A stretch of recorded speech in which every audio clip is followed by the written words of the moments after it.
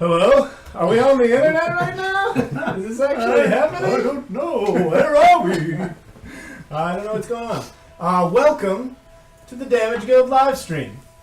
I'm your DM, Jay Staudt, and I'm joined this evening by Mr. Sean Abrams, Mr. Bryan Staudt. A.K.A. Bruce by the Magic Guy. That's right. Mr. Bryan Staudt, Mr. Sam Lindner, and Mr. Thayne Bohman. And we are here to play some Dungeons and Dragons. That's right. This is our recently started campaign, Champions of the Multiverse. This is the third session of that campaign. And what we are doing is we're journeying deep into the plane of Mechanus. Mechanus? I don't know how you pronounce it. It's a fantasy word. It could be whatever you want. Yeah, so it's Mechanus. The lawful neutral plane of mechanical things, as you might gather by the name. So in this campaign, we're going to be co-DMing. So we're each going to be DMing a short mini-adventure, and this is the culmination of our first mini-adventure, in which the party has been tasked by a mysterious and large multiversal organization with tracking down a missing agent of theirs who has gone after the suspected murderer of several of his cohorts. It's very simple. Yes. Yes. So the good guy went after the bad guy, and now the party is going after both of them technically, but really to find the good guy and bring him home. Yeah. Okay. So last session, since you weren't here, we can recap a little bit. The party entered the Modron Cathedral, which had suffered a mysterious partial collapse before they arrived. And despite several warnings that they were in a restricted area, they have fought their way down into the depths of the cathedral in search of what they don't know. But right now they're on a long catwalk, a long stone platform over a black abyss that stretches out on all sides. And they have just defeated the guardians of this particular area and have laid down for a good night's rest, which we will fast forward through so we can get moving. Oh, so we took a long rest? Yeah, I think so. I thought, well, it might have been a short rest. No, I think it was a long one. Was it a long one? Pretty sure. I'm fine if you guys take a long rest. Okay. Pretty sure that was the plan because That we're all like all out of spells and stuff. Yeah, that just means you'll Pretty be much in empty. better shape for what's ahead. Yeah. I'm pretty sure it was a long rest. Good, because I had nothing left. Yeah, once you defeat those guardians, those flying dudes, nothing else comes to bother you. So you can easily take a long rest. So, I assume you continue down the walkway? Yeah. I guess so. Okay. So we've long rested, got hit points back, all that good stuff. Yep. Cool. Why don't we, for those who are just joining us for the first time, why don't we go around real quick and introduce ourselves and our characters. Shay, why don't you start us off? Absolutely. So some of you guys who are here know me as the voice of Bruce by the Magic Guy. But I'm also the voice of Tokus on our podcast, the Damage Guild podcast, which is fantastic. If you guys haven't taken the time to listen to that yet, www.damageguild.com. Now here, on the Champions of the Multiverse, I'm someone else entirely. So I'm a bit of an interesting, kind of a tree hugger of sorts, and more or less trying to be... Oh. Gosh, we haven't played in so long. This place my character. Has been a while. It has been a little while. But you're a celestial But- tree hugger. Well, but I'm so much more than that. That is Don't true. try to limit me to those restricting conditions. And I don't remember how to pronounce it. You are Norfir Torbek, the I almost said Aasimar no player. fear. No fear. Norfir Torbek. No fear. But it's Norfir. And he's off on a journey to try and collect the artifacts from his deity. He worships the nature gods. which are very important because someone stole them from your Take it deity. away from me. Take the mic away from me. No, someone stole them from your deity, and your deity wants them back, right? Is it- Exactly. Yeah. Exactly. Yep. And Okay. excited to be here. All right. Cool. Thayne. Okay. I am playing Kroth, who's the Githzerai wizard.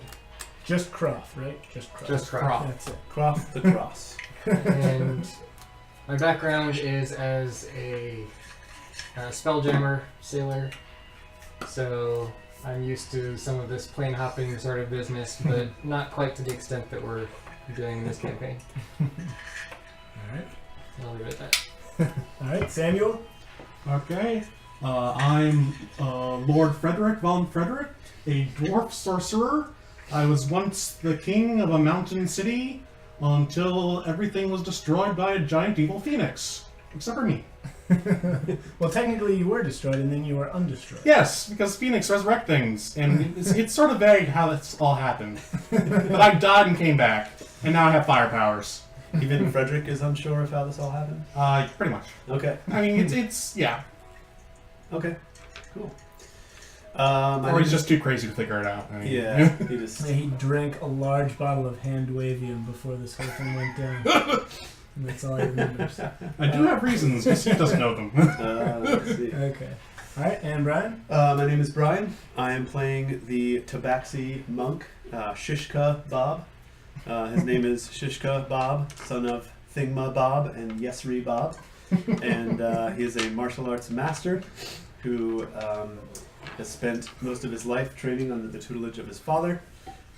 He has gained a lot of skill. Yeah, that's all I'm going to say about that. Okay. Two paternal grandfathers are, of course, Bob Dole and Bob Barker. Yes. They switched to the first and last name somewhere along the No line. one's really sure why. It's a Tabaxi thing, don't worry about it. Okay, so you wake up. It's kind of weird sleeping on a big platform that's not very wide or comfortable, but you make the best of it. And you continue along this platform for what seems to be a very long time. And indeed it is. It is the platform that cannot be erased. It is. Notably, when we wake up, Lord Frederick appears to be talking to his beard. That happens more often than you think. Alright. So, after following the platform, the path for about... gosh. Yeah, for about, I don't know, quarter of a mile maybe? You come to what appears to be a crossroads. And in fact, as you draw nearer, you note that it is in fact a crossroads. Oh my gosh. What? Wait, so hold I on. never would have expected that. Can we pause for a moment just to Yeah. appreciate That's the good. item that Thayne is using? Yes. Is this the same Oh one? yeah, Yes, that's it is the ancient paper towel of power. it is. The very same which he has been using for how many years now? How long have we been role-playing Well, together? since before we started together. I've been using this piece of paper towel To erase dry erase markers. to erase dry erase markers on my character sheets and everything else for like 15 years. Oh, man. I can't stop now. I mean, No, that's an ancient relic at this point. Yeah. When they called it the quicker picker-upper, they also meant the eternal picker-upper. That is that's a relic of times long past Yes. at this point. It's weird because it looks and feels like cloth now. Yeah, it's It's not a paper soft. towel. Yeah, it's been so softened over time. Alright, so you come to this crossroads, and this is where you are. so the bridge, just like, there's two bridges essentially that intersect here. Yeah.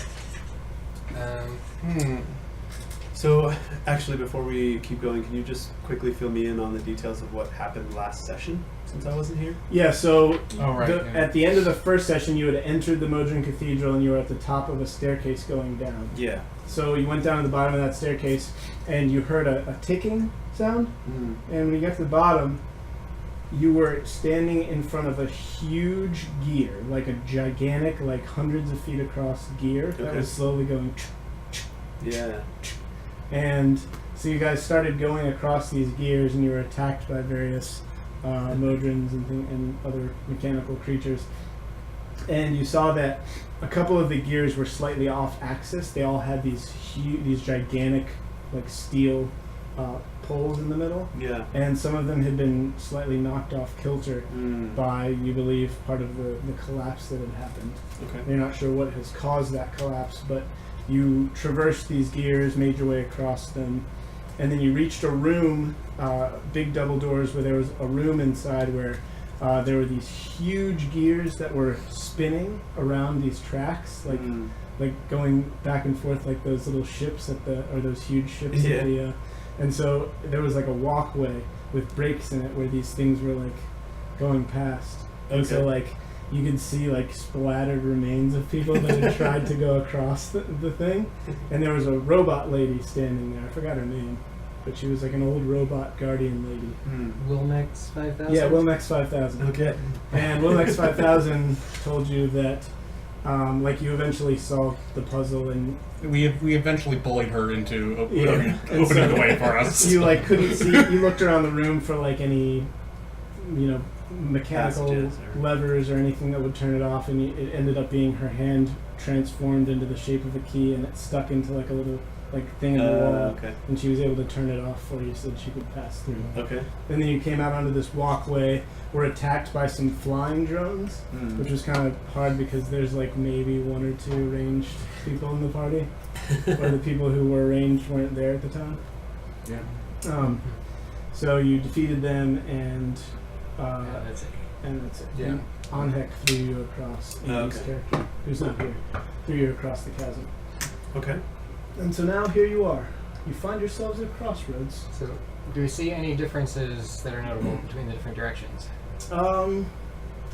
The straight direction looks perhaps a little more worn than the other two, although overall the paths are pretty smooth and clean. But you would just guess that, given the heavy metallic footsteps of most of the creatures that would be coming through this way, you just notice a little bit more wear on the straight path. Now, when we talked to 5,000. Wilmex. Wilmex, did she say that the other people would come this way? I believe she did. Yeah, I believe she did. She didn't know who they were, but she said some people had come this way very I recently. thought so. Let's split up.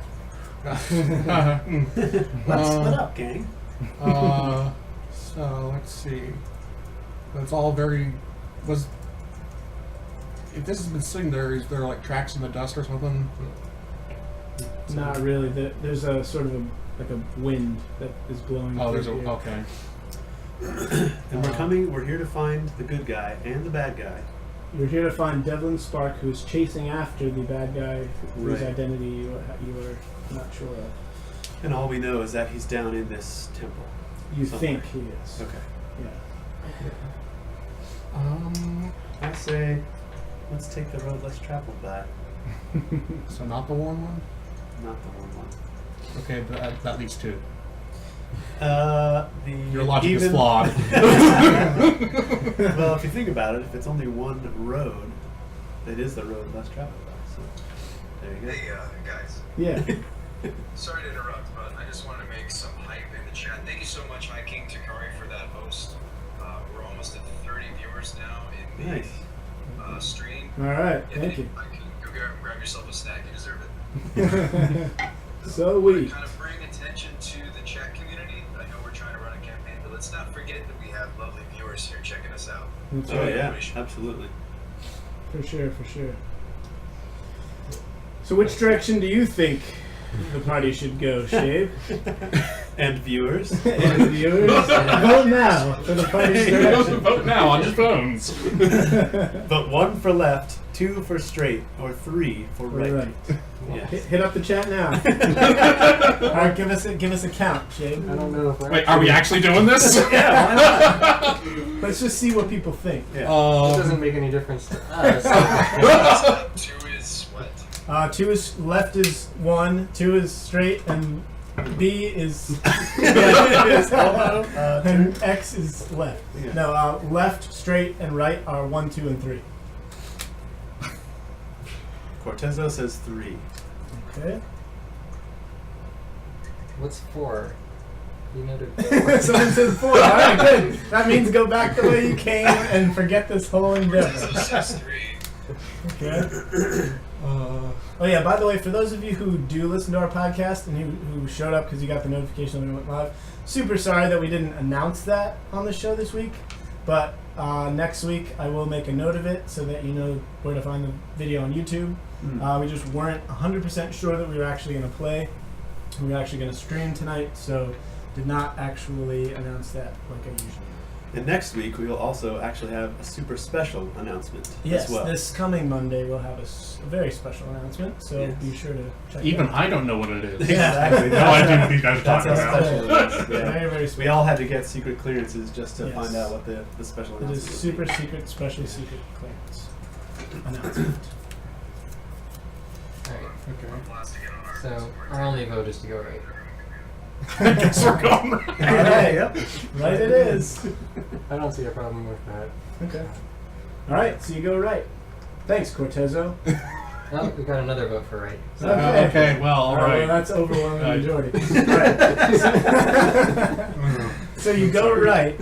The passageway continues for about 1,000 feet, and then it abruptly turns right and goes down.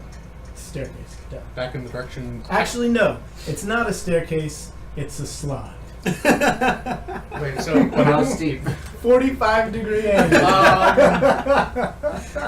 I immediately jump on No, it. no, no, I grab It's already done. It's already going. This is awesome. I mean, you are a monk, so you don't really. you. Yeah, have to- he could. I try to do it on my feet the whole time. So you hear his yelling go, "Ah," and just fade out into the distance as he slides into the darkness. What do you do? I wait for a thump. You Well, if we hear. can't even hear him screaming anymore, we're not going to hear him later. Yeah. You hear the sound of silence and the wind in your ears. I don't like either of those things. Well,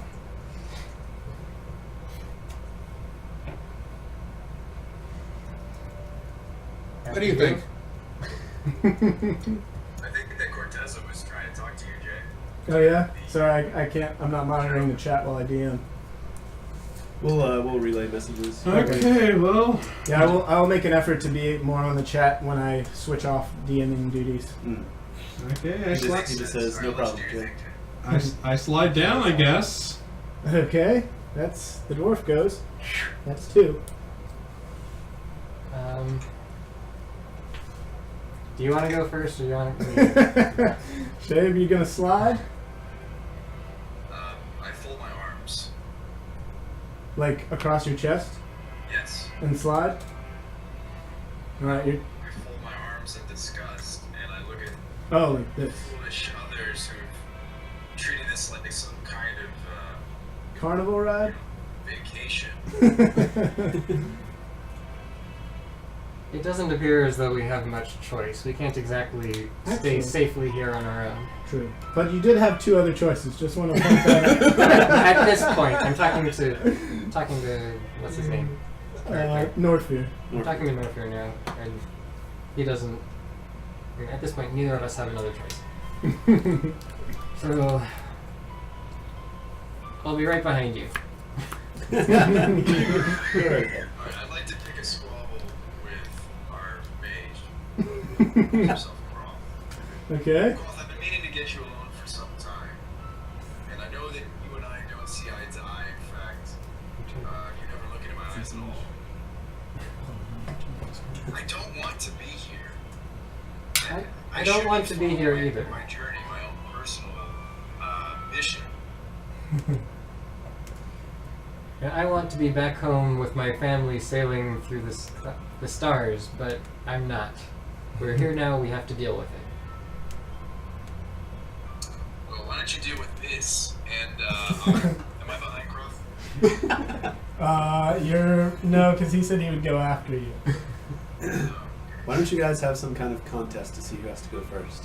Like rock, paper, scissors, perhaps. Or contested strength check. Yeah, that's a contest. That's true. Alright.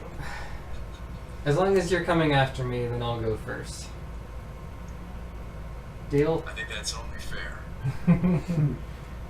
Alright, I take a couple of steps out onto the slide and try not to slip. Okay, make a dexterity save.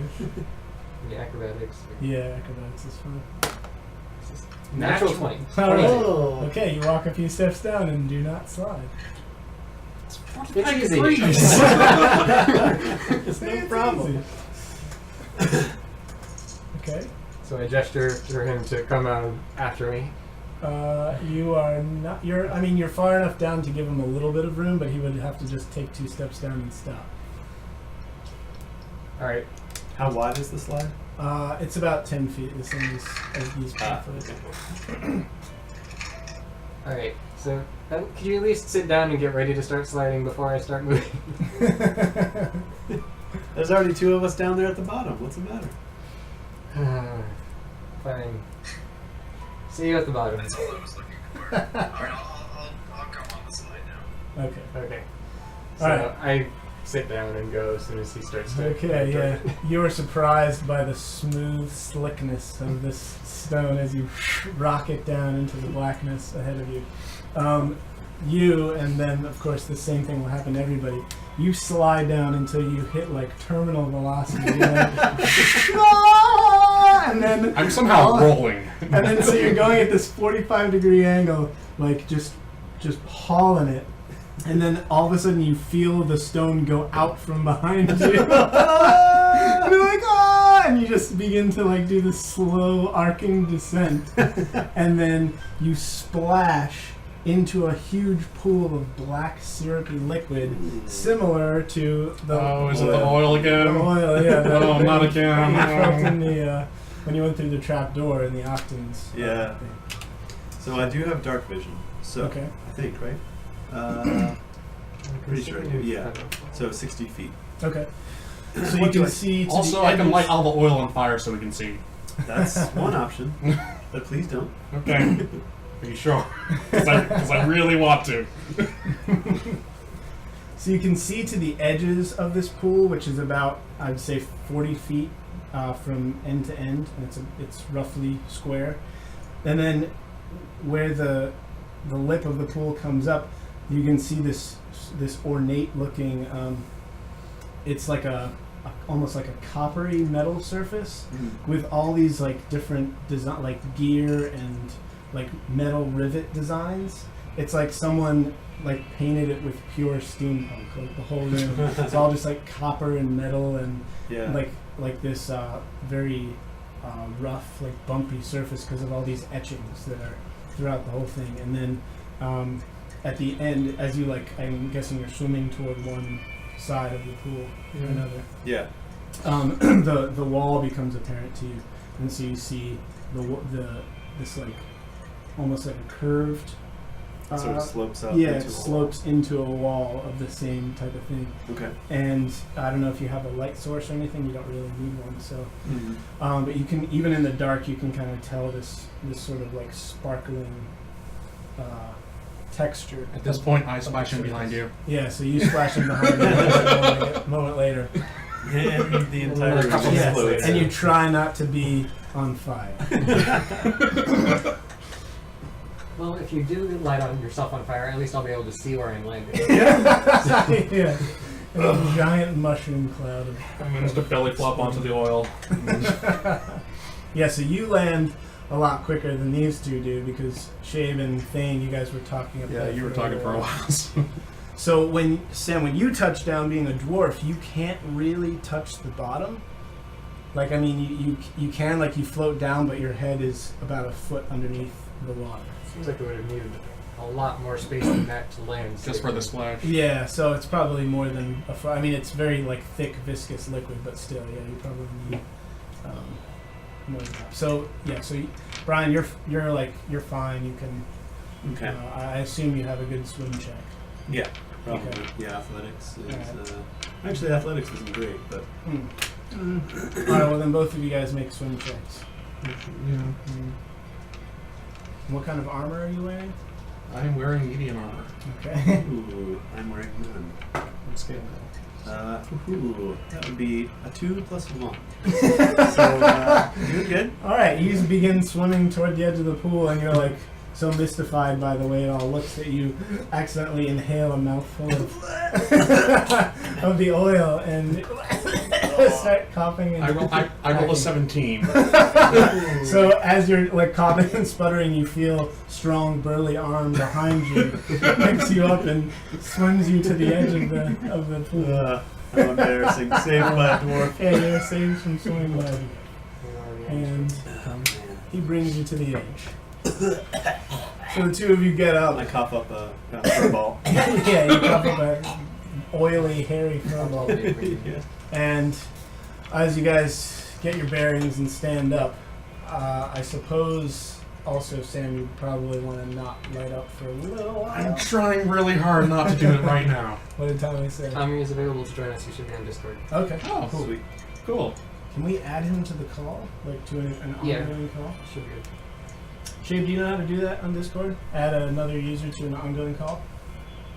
What's his username? Is it Andy? It's Tommy. Strata. Oh, you don't have Tommy?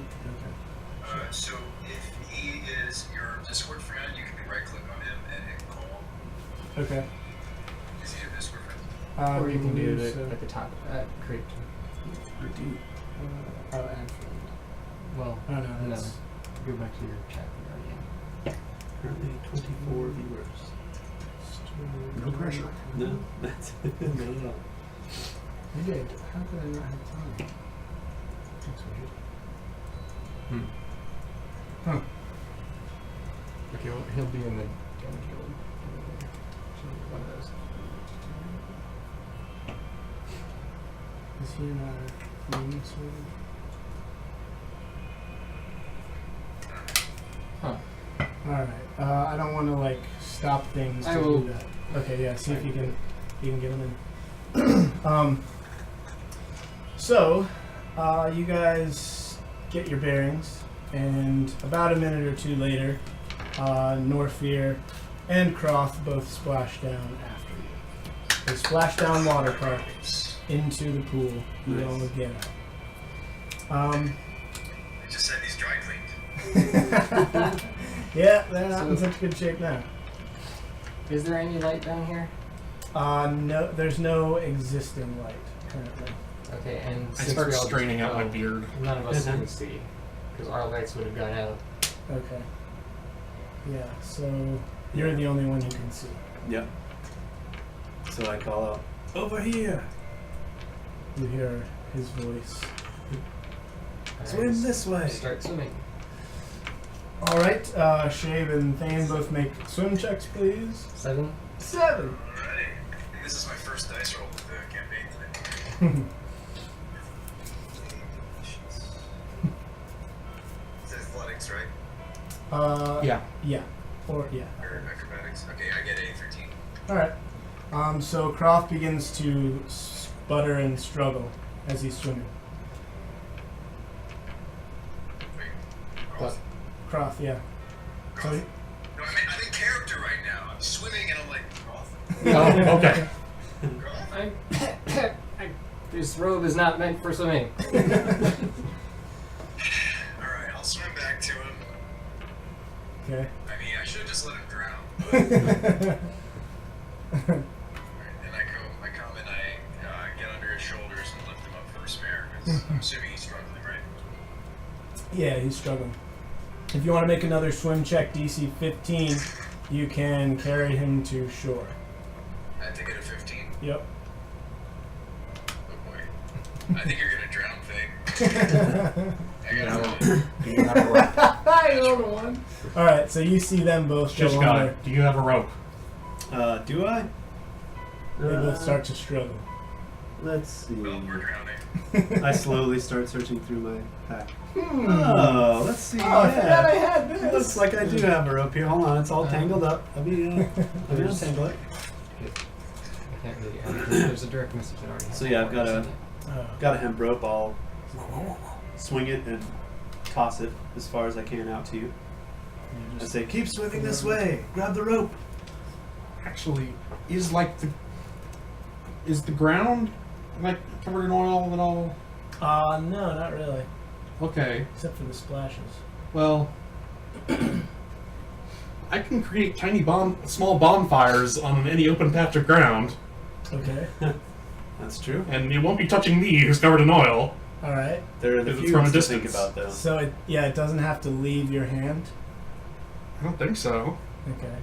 If you can like look at a place and say fire, and fire appears there without actually touching you and going to there. I'm pretty sure that's how magic works. Yes. I mean, fireball doesn't. There's Yeah. a bead. I know. And burning hands No, is the same. it's- No, this You is create a bonfire on ground that you can see within range. yeah. It's just so I'm pretty sure it won't touch me at all. So okay, I can create a fire so people can see. All right. So you do that. You create a bonfire, and for the first, like, as soon as it lights, it starts like sputtering, crackling. Like there's little drops of oil, and it's like flaring up. But then it settles down and starts to stabilize. And you still see them sitting there. They go under, and you don't see them anymore. Okay. Blast. I'm doing my part. It's your turn now. You're the one that saved me. Let me hold on a second. I'm going to disconnect him and Okay. and And connect call everyone. All right. Are you sure? Jay, we're just gonna I- start a new group call. Okay. This is. Let's see.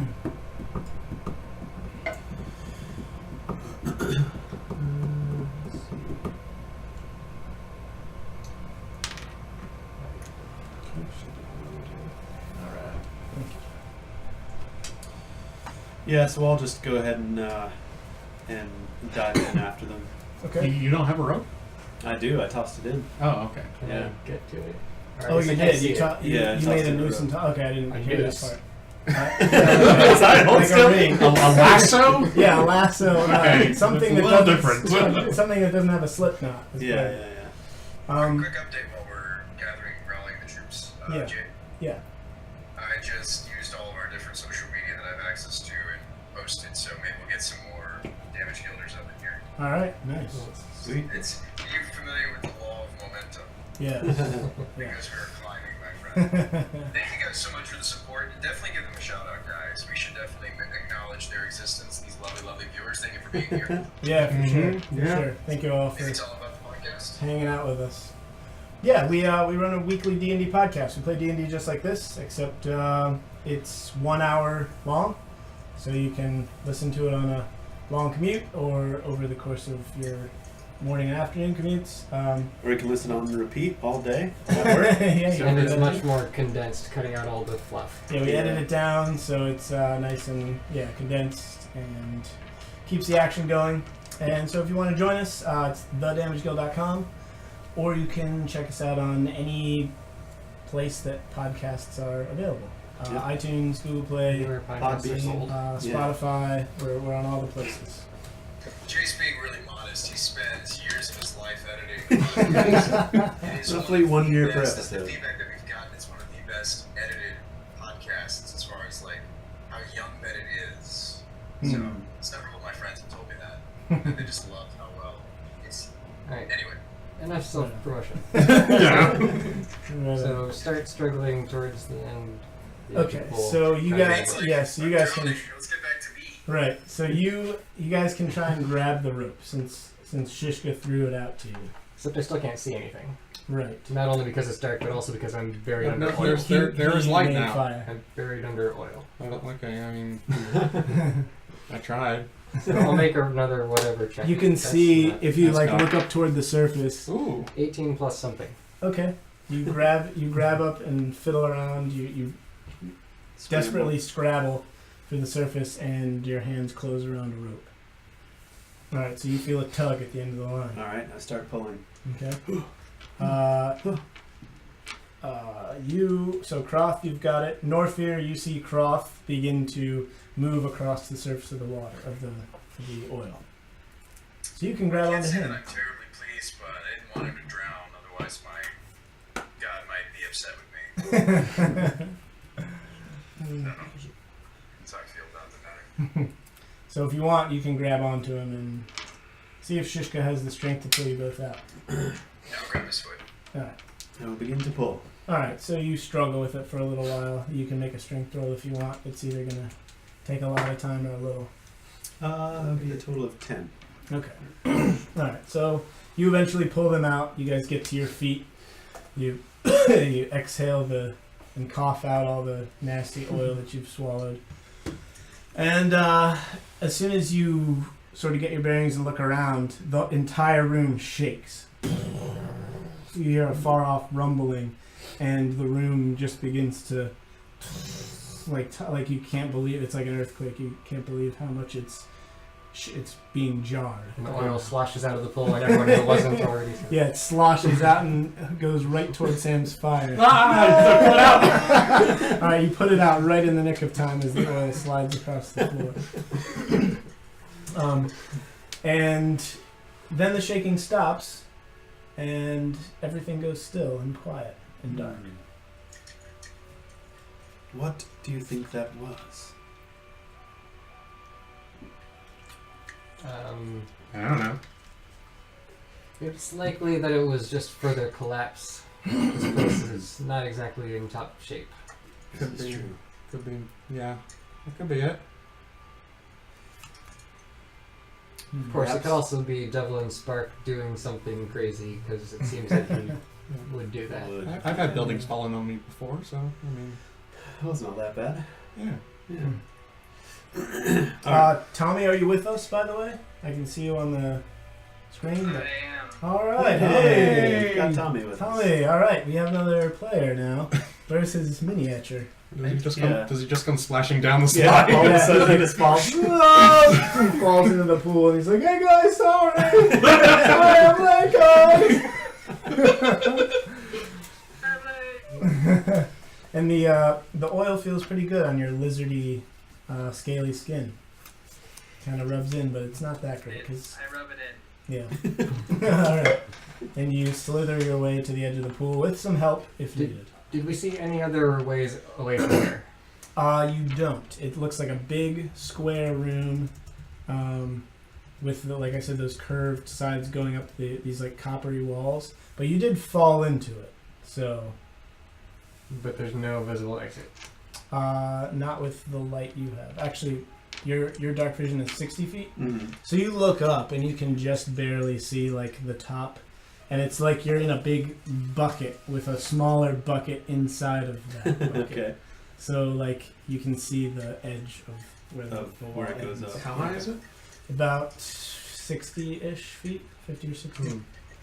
Yeah, about Okay. 50 maybe. And our rope is now covered in oil. Awesome. of our ropes. All of our everything is covered in oil. Well, like I said, the surface is all like there's rivets and sort of buttons and gears. It's very rough. It would Yeah. not Okay, be so difficult to climb if you weren't oily on your hands. Yeah.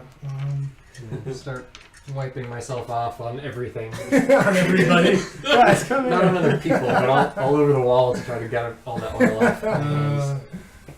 Do you not have prestidigitation? No. Okay. I went with some lesser used Yeah. cantrips intentionally.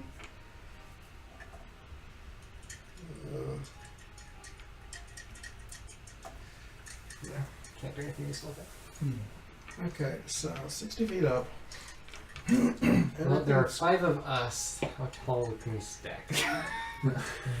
It's only at lower levels that you can throw these types of problems at a party as a DM, because once you start being able to like fly and Right. that stuff, it Spider climb. becomes a moot point. Yeah. Okay, well I can cast jump. I don't remember what the Right. jump height is, but Mm. it's not going to be too big a I think difference. it's triple. Yeah, but I don't know what the base is. Okay, so I can throw something up to the top if it only weighs 5 pounds, but that if rope he's is truly more a than cat, then he could probably jump that high. Let's face it. That's true. If I were merely a cat. But I'm not. Not just your average cat. Alright, so go through gear. We've got You have any useful gear Shade that Bling would pin. help to escape from a 60-foot copper bucket. What makes you think I have gear? I'm a hippie. I have Okay, a stick. fair enough. That's true. I know you're used to me being the gizmo guy, That's yeah. but I was a humble tree hugger. That is all changed. Yes. Anything that was once flammable on me is gone when I exploded. So True.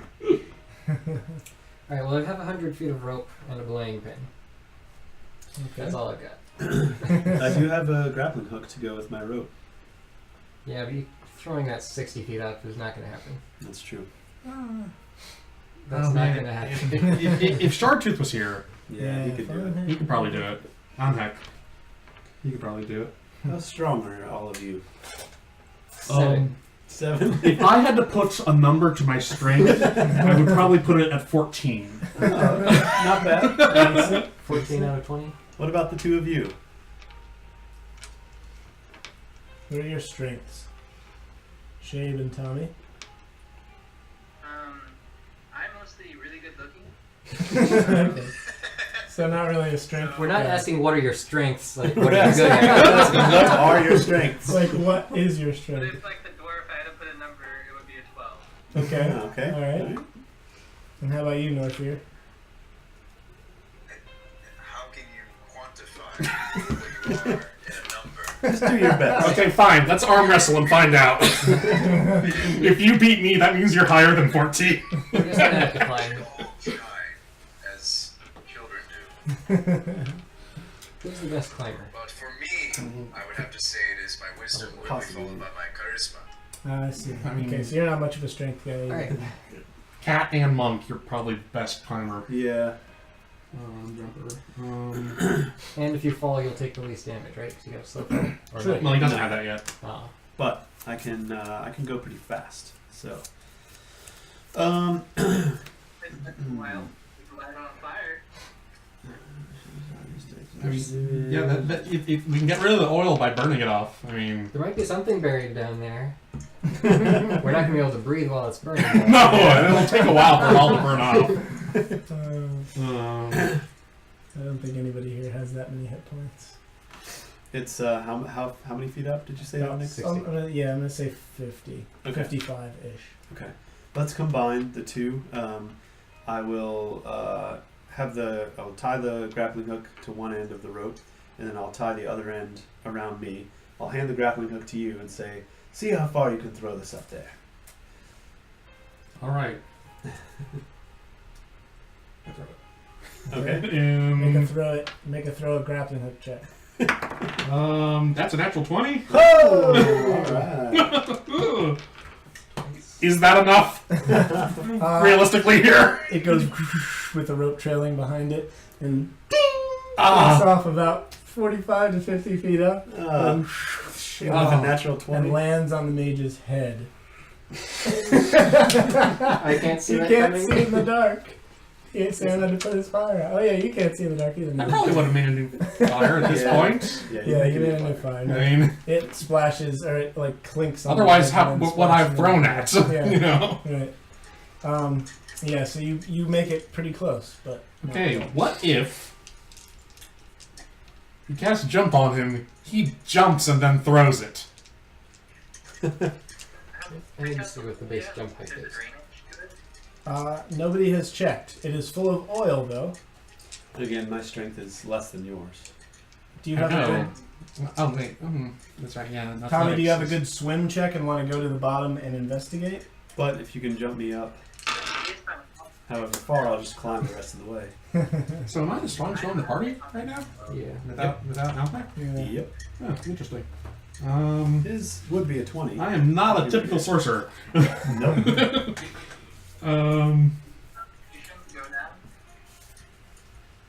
Okay, so high jump with my jump spell would mean Say what, Tommy? 9 plus triple your strength modifier. Breathing, I think, is based Oh, on really? your- Strength modifier. Has nothing to do with speed. Oh, yeah. Nah. Actually, We have a 10 con. So what's your modifier? Plus 2. we plus 2. So that would be a total of 15-foot vertical jump. Which also means if you don't grab onto something, you'll take damage when you land. Well, considering my strength modifier is a -1, that would be Do Tabaxi not get any bonus jump things? not yet. The only racial thing that I got was I could go really, really fast. Okay. I would have thought that I would get jumping as a skill, but Well, try to run up the wall. you will eventually be able to do that. Someone just needs to climb. All right. Someone can climb, and I'll tell you now. If you are falling from an extreme height, I will be able to save you. Okay. Okay. Fair enough. I'm up to the challenge. Well, I I mean, immediately start climbing. it's a strength thing for climbing, isn't it? Unless you Probably. Athletics. Yes. I challenge you to see who can get there first. I take you up on the challenge. All right. Okay, if you both fall at the same time, and then you'll be okay. Are you sure? I believe so. It was. We try our best to get the oil off of our hands at least somehow. Yeah, I can save 5 people at once, Oh, wow. Okay. Nice. but only if it's at the same time. Okay. All right. And do we each have a rope, or is it? Yeah, I was gonna. So what I was gonna do is keep the rope tied around me and climb up there, and that way I just have it once I get to the top. If I get to the top. Okay, I'll hand you a belaying pin, Okay. the one that I have. All right. Use this about halfway up, so that if you fall, you'll be able to get up there at least pretty easily. Okay. Cool. So then we'll tie the other end around someone else down here, Why tie it to anyone? so that if with a belaying pin, doesn't it go through it, and then if I fall, they can catch me? Isn't that how that works? Once the belaying pin's in, yeah. Yeah. Yeah, but we don't have enough to make it actually useful. You need a whole set of them, and it's Hmm. if you're. It might help a little bit. Sure, Okay. sure. I'll hold it for you at the bottom, and Okay. you can set it wherever you want. So just make sure to rub off my paws as much as possible Okay. on the ground, and then I start climbing. And you can do the little cat thing to shake off the Yeah. a little bit. All right. The wall Yeah. has so many like hand and footholds Mm-hmm. that it's actually not too bad to climb Okay. when you're not oily. At All least right. when your hands and feet are not oily. So you begin to make your way up, and go ahead and give me a climb check. All right, that would be athletics, I'm assuming. Yeah. Yes. That'll be a 7. Okay, and go ahead and give me a perception check while you're at it. Actually, everybody can give me a perception check if you like. Perception would be 16. Okay. 6. 10. 10. And Tommy?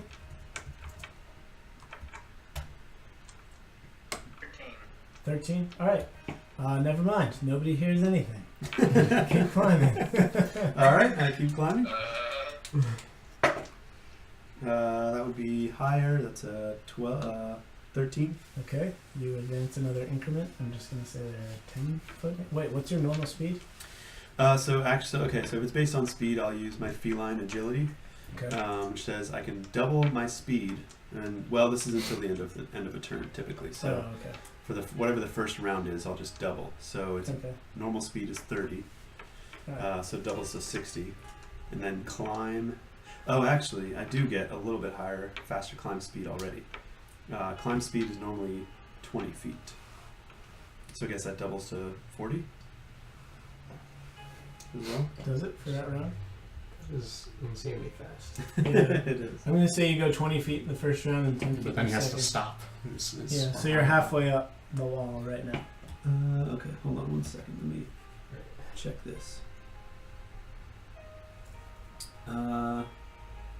Okay, cat's claws. Because of your claws, you have a climbing speed of 20 feet. Oh. Yeah. Nice. So, if I move essentially for a turn, then I'll go 40 in the first Okay. round, right? Right, so you would get you would get And more than halfway Do you up. have key points yet? Not yet. That's Okay. next level.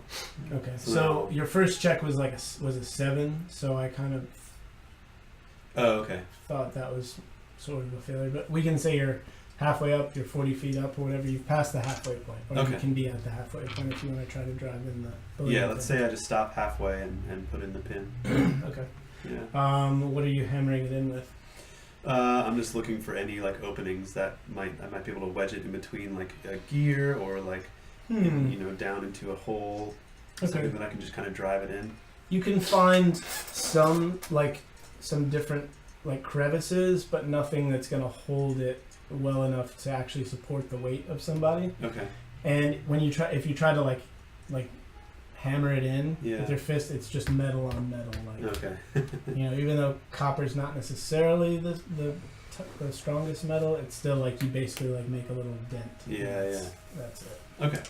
All right. Fair enough. But one more climb check should get you up to the top. All right. Yeah. I say sorry, this didn't work, and I drop it. I keep climbing. Pick it up. All right. 18. 18. Okay. You make it to the top. Sweet. As you pull yourself up over the lip, you look around, and from what you can see, there's a 20-foot sort of rim, like as if this whole bucket is 20 feet thick all the way around. Yeah. And although you can only see to the edges. And then straight ahead, or a little off kilter from where you are, you can see a pathway that slopes up, pretty, not very steeply. And then it turns, and there's another staircase. And going up that staircase, you see dudes in black firing crossbows at other guys who are running up into the darkness. And then they fire these crossbows, and it's like they're fighting each other. And the guys just they're both like mortals. They're not modrons or anything. Yeah. Did they look like the guys we saw in the desert? Yes. They were wearing black too. Yeah. Yeah. Okay. Mhm. I see that. I don't say anything. I just silently climb up over the edge and immediately like motion for the other people to start climbing. Okay. And I've got the rope tied off around me, so Or do you hook it to anything? Or So you tie off the rope around you. How much do you weigh? is there anything around me that I can tie it off to? It's just flat. Okay. I weigh. Let's see. Did I ever write that down? I don't know that I did. I can. Oh wait. 116 pounds. Right. That's more than me. All right. So start with the lightest person, and then eventually. Yeah. So it's gonna take each person like 3 or 4 rounds to climb up. Okay. But you can go once you have 2 or 3 people up, then you can start having multiple people on the rope at the same time. Okay. But at first, just your weight and you're holding back on smooth stone isn't going to be enough to hold more than like the lightest person. Yeah. Sure. So Thayne gets to the top. Oh, wait, who is the lightest person? Me. I think it's Kroth. yeah. Are you 160? I'm 104. Yeah, maybe. He's gaunt. Yeah. Mm-hmm. So you quickly shout out your weights. And you're like, okay, I'm blah, blah, blah, this like your average, whatever you normally are. I'm 17 stone and 3 pebbles, whatever your normal weight is. And then you sort of calculate it. Once you get the first 2 other people, you guys can help each other to hold the rope. By the time like the second or third person comes up, those people you saw are gone. They're long gone. They've chased each other up the stairs. I don't remember what I took off of them. I think they had a patch, right? The Yes. patch? Yes. It did. Yeah. Did you give it? Was that one of the collaterals? That was one. Yeah. Yeah, Was that's that right. giveaway? The collateral to get into the cathedral, or to get the pass. But that means that they should be on our side. At least some of them, except they they were were fighting each other. Well, we were assuming that they were part of Stark's team. Yeah. We never Or proved it. another search party for him. Yeah. I mean, they could have been the people Stark was hunting. Right? True. Someone related in some way to our organization. We never got a chance to ask them. Yeah. We just sat there while they killed each other. Okay, so do we get up or? Yeah, I like make it clear that I'm like, hurry up, come on, let's go. And as each person comes up, I say, there's people just up the stairs there, quiet. And I pull them up. Okay. All right. So it takes a total of 2-3 minutes to get everybody up, and that's like super moving real quick. Yeah. That's like if everybody agrees is like, okay, like it's go time. There's something more important. And if everybody trusts you enough to act quickly, just because he said something. So everybody gets up at the top. You walk down the path, and you see spread out before you as more of the cavern comes into view in your dark vision. You see pathways and staircases, and it looks like an M.C. Escher drawing, just like like everything, like gears, even like embedded into the stone, like the motifs and stuff, like up these ramps and walkways. And then there's ramps on the gear, and they like twist, and then you like walk up one, and then it moves going across. There's like a bridge, and there's a break in the bridge, and there's a shorter segment, and it's on top of a gear, and the gear moves it from one end.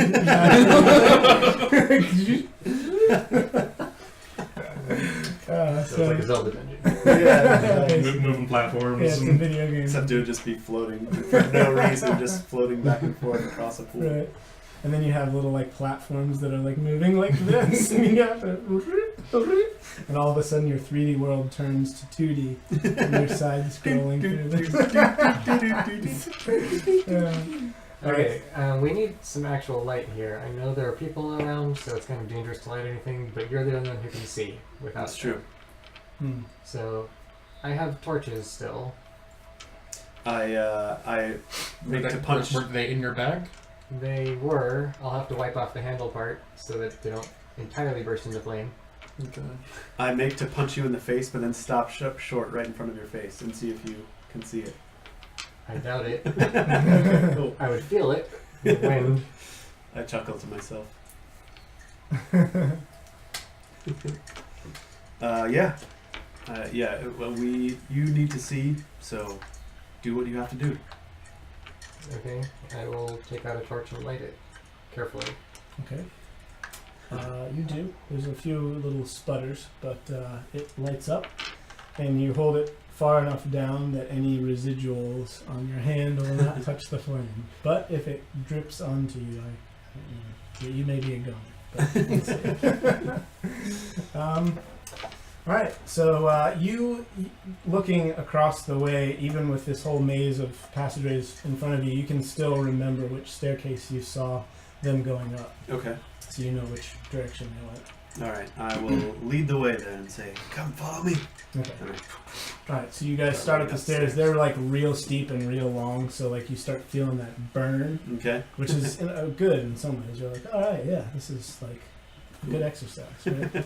And so like you start up the steps, and you stop when you see something laying out across one of the stairs. It's like a little like wooden thing, wooden pole, thin pole.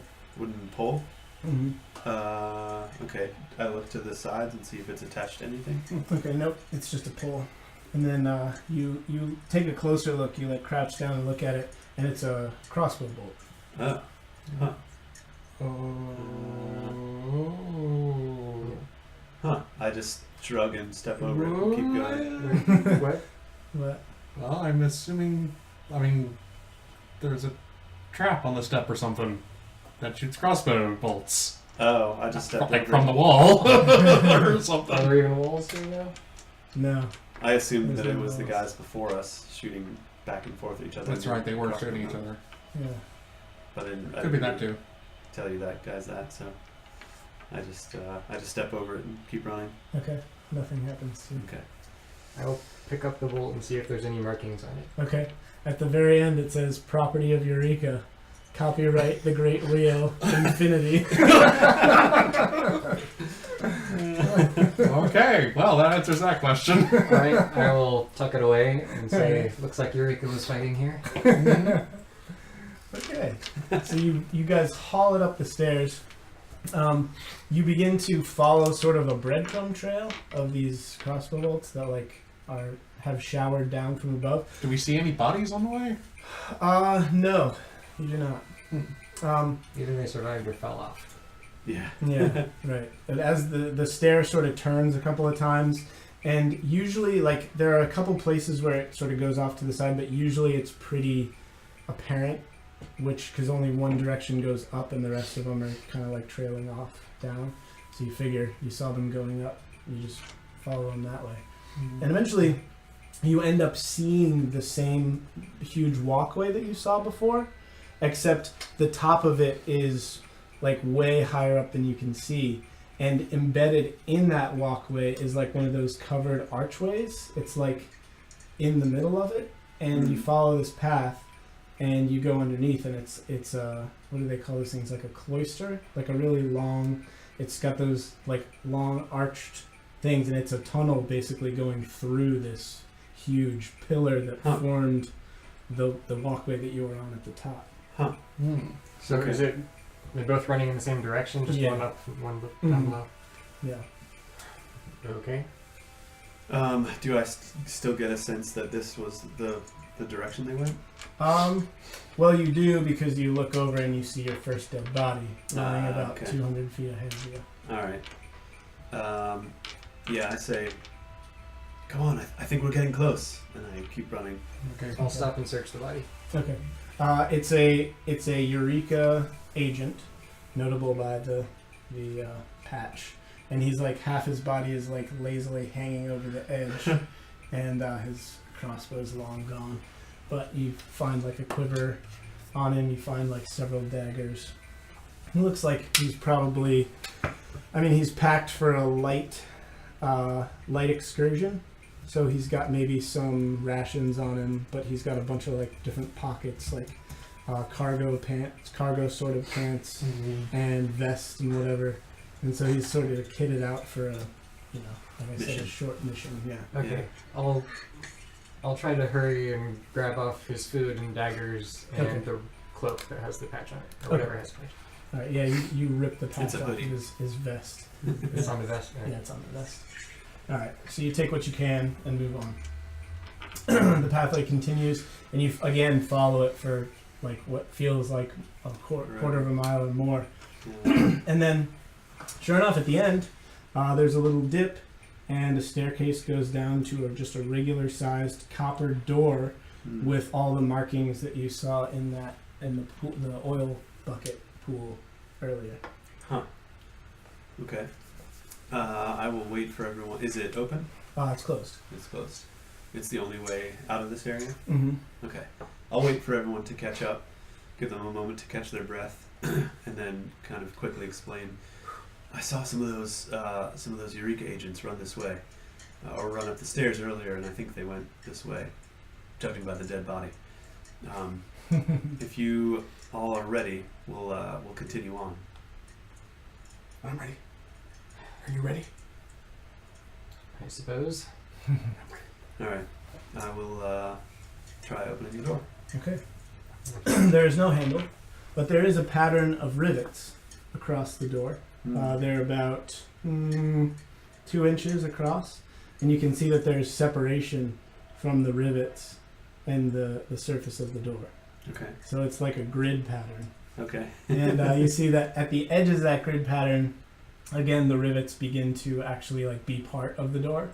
And so only like there's like a 10 by 10, or we'll say an 8 by 8 grid in the middle of ones that actually look like buttons that you can press. And the rest are attached Yeah. around the outside. Okay. Yeah. Hit them all. Elevator style. Yeah, exactly. I turn around and scratch my head and look at everybody else and say, "Any ideas?" I just gave mine. I look at the buttons with oily fingerprints on them. If they were the oil, I don't know if they were. Oh yeah, that's a good. Okay. Was the body that we saw oily? No, not particularly. But you could still investigate. Anybody wants to look real closely at the buttons? Yes. Maybe if they were covered in oil, it might. Investigation. 18. 18. All right. 14. Okay. Anybody else get higher than an 18? Investigation. Investigation, I think I just did, because it's based on... I got the same 18. Okay. All right. So you guys take a closer look, and you see in the first row of buttons, you see a little bit of wearing as you look very closely. So there are 8 buttons, and the ones that have wearing are 1, 2, 3, 5, and 8. And it's only on the first row. There's nothing on the others. You don't see a whole lot on the other rows. 1, 2, 3, 5, and 8. So we just press those Yeah. in Yeah. order. I Sure. think I know what's going on. I'm not sure Frederick would. You guys gonna make intelligence checks? You know what? I might. Yeah, I might. Frederick was educated in royal academies. Okay, so you may have. Okay, I believe this is.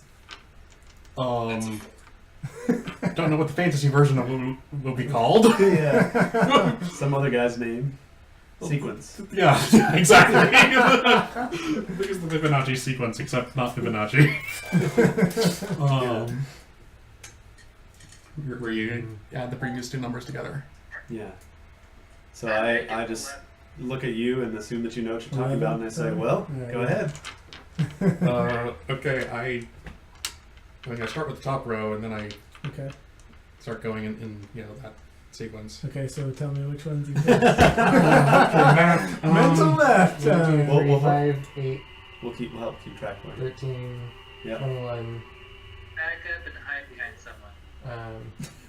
So 34, 55, and that should be And everything. that's the we last one. Okay, when you hear a click as you press each of those buttons, and when you do, all 64 buttons slide in, and then the door unseal. I'm a genius! You even knew a mathematical principle that theoretically doesn't exist in this world. Wow. That's amazing. My dad's a math teacher. I know everything. So, this kind of stuff I need to. Nice. All right. Okay. I say, good job, and then I'll lead the way and start walking into the. I'll look into the room first. Push open the doors a little bit first Okay. if I need to. The door opens inward, and you Yeah. push it open, and you find yourself inside what appears to be an atrium, a very tall atrium, Okay. and it's a huge cylindrical room, and on every floor of that room, there's like a walkway and a series of alcoves into the walls, like cylindrical, like booths. Yeah, like almost. cutouts. Yeah. Yeah. And you can see each and every one of these booths is like cracked and shattered, and it looks like everything's damaged and ready to fall in on itself. And it's easy to hear now. You hear the sounds of fighting beneath you. You hear a battle going on Beneath us? beneath you, and you're pretty far up, so you'd have to walk sort of closer to the edge of the walkway to see down into the Okay. atrium. I try to scurry over there and look down. Okay. As you do, you see on the floors beneath you, there are probably a dozen floors from where you are down, and it becomes difficult to see all the way, but there are some scattered light sources throughout the room. Okay. You can see crossbow bolts flying across from lower levels. You can see guys like ducking in and out of hallways and everything. Yeah. And then at the very bottom, you can actually see, because of the glowing presence around him, is this dark armored figure. And he takes a step back into this vestibule, this whatever you call it, this little tube. Okay. Not a tube, but an alcove. Okay. And he looks a little something like this. Except Ooh. you're so far above that you can't really make out his exact appearance, and it even looks to shift as he moves. So he like shifts from one countenance to another, never quite materializing, as this sort of like shadowy aura glows around him. Doesn't sound like something that belongs on the plane of law. No, that's Yeah. true. That's a good point. Did we get information about what the spark looks like? I think you got a description, and it was nothing like this. Okay, not big armored shadow creature. Yeah, right. Okay, So Actually, just you know making what? sure. I'm gonna say this isn't at the very bottom, because first of all, you probably wouldn't be able to see that, and second of all, it doesn't make sense for it to be at the. So I'm going to say it's 3 stories up. So it's still about 8 or 9 stories below you, but Okay. he's off the ground. And again, as you look around, this is the only one of these vestibules that is not damaged or broken. Are there like stairs down to the other floors anywhere, or? You think that you definitely see other doors, like the one that you just came through. They're little copper doors, like every so often around each of the levels, and it looks like there may be passageways. It's like one of those little things where you see the guy peek in and shoot, and then he goes back, and then 2 seconds later he's 2 floors up on another door. So So it's all those confusing walkways. Right. from Can the we other- see you can get from- what the 2 sides are? Does it just like look like 2 different groups of black-robed people shooting each other? The guys in black definitely have their own look. You can tell the men who are or the beings who are part of E.U.R.E.K.A. But the other guys have a similar sort of shadowy appearance to this guy in the armor. Okay, so we can tell the difference at least. Yeah. And you know who the good guys are? Right. The ones that aren't shadow creatures. We just overtook Lorelania, by the way. What's that? We just overtook Lorelania with all the help from the networking. Just wanted to shout out to the people that are helping us network. Thank you so much, High King. Thank you so much, X, The Solution, and the rest of the Bruce Spy guys. We're now top 4. Right on. Thank you guys. Dungeons and Dragons. That's awesome. Sweet. Top 4. Thanks Okay. everybody. Currently 39 viewers. Alright. Yeah. Nice. So, as you're looking down at this chaos that's happening, this figure begins to speak. Then you can see his head turned around the catwalk to someone on the floor below him, and he's dressed in black, but he's got like graying hair, like maybe stubble on his face, not quite smooth shaven, but he matches the description that you heard, and he is badly wounded. His leg is like slashed open, like from thigh to knee, and he's like leaning up against a pillar or whatever, one of the sides of one of the alcoves. And this shadowy figure says, "Farewell, Councilman Spark." How many people in your featherfall? 5? And there are 5 of us right now. Do we want to jump? So far, That. you've snuck to the edge and you're seeing this all very quickly. So Okay. I want to make that clear because I'm gonna do a little cutscene here Okay. before you guys can do anything. Hype up that cutscene, Jay. Really. Yeah. So he says. So the shadowy figure says, "Farewell, Councilman Spark. I shall see you never, because you are about to die, and there is nothing you can do to stop it. May your remains be spread across the multiverse in billions upon billions of tiny fragments to float aimlessly upon the verge of literal nothingness." I motioned back to the other guys and I jumped down. Okay, we Yeah, get it's to taking a while.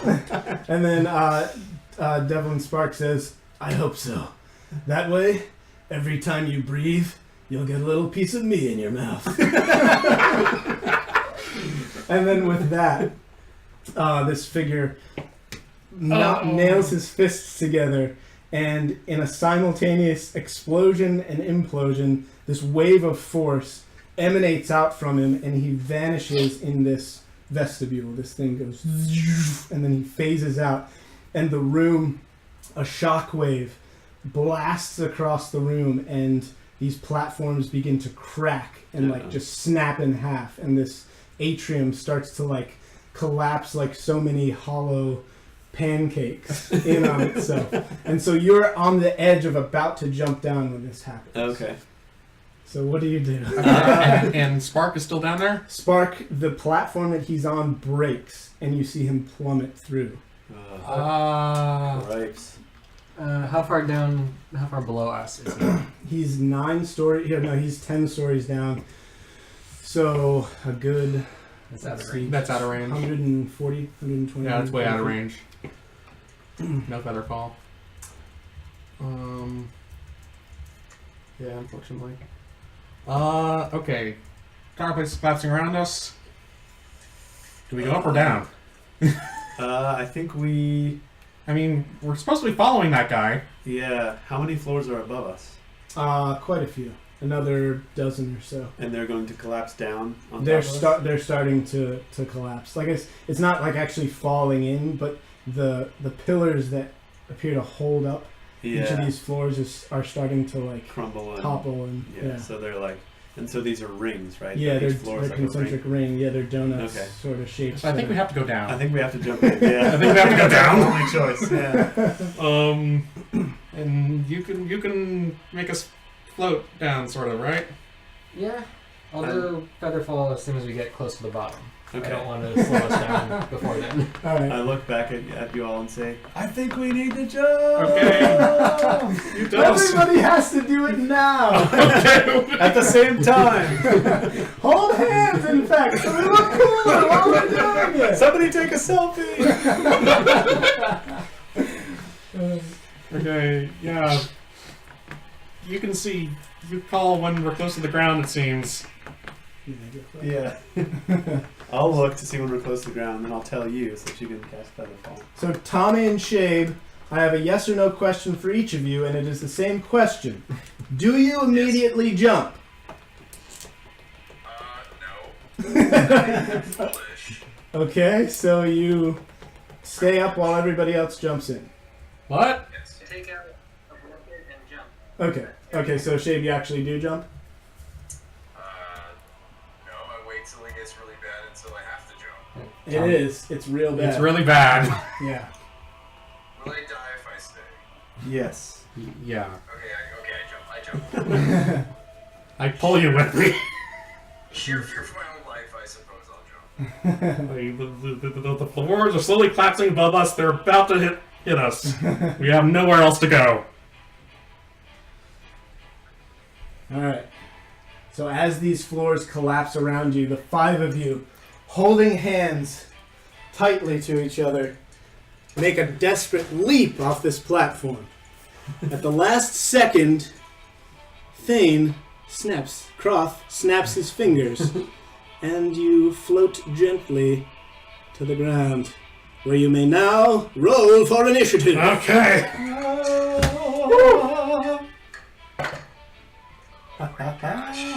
Holy moly. All right. I got a 2 and I have a -1 to my initiative. Oh no. I will be last. 15. That would be a 24. Oh. Alright. Fixing something on the screen. Alright. Roll flat. Circle is insufficient. It's insufficiently not rounded. Got 8. Alright, I will get rid of initiative in a second. Brian, do you want to take initiative and keep it going, or should I? If someone else could, that would be good, just because I'm doing music. That's and fine, I'll keep it. the Okay. stream. Alright, so, Kroth, your initiative? 8. 8. Saul? You said 13. Saul, Tommy, what was your initiative? 13? 13, okay. I forgot my name for a second. Alright, Norfir, yours was a 1. Lord Frederick Von Frederick? 8. 8 as well. Who's got the higher bonus? Probably. Plus 2.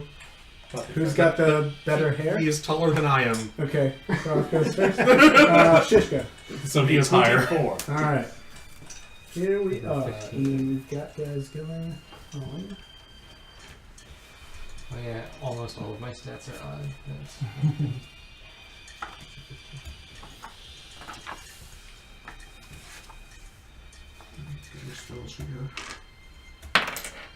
Alright. Okay, it is your turn first. Shishka. Okay. I would just sort of like to get a lay of the land. So we've jumped into the middle of this room. Okay. The vestibule that this guy was in was right in the middle.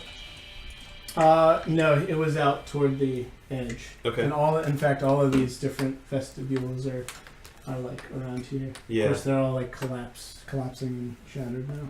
Okay. And then we have the E.U.R.E.K.A agents who are on our side. They're kind of all over the place. Mm-hmm. And then who else is in here?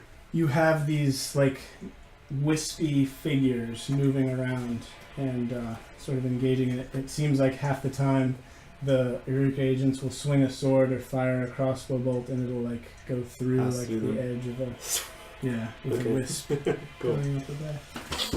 So, Okay. what enemies do we got?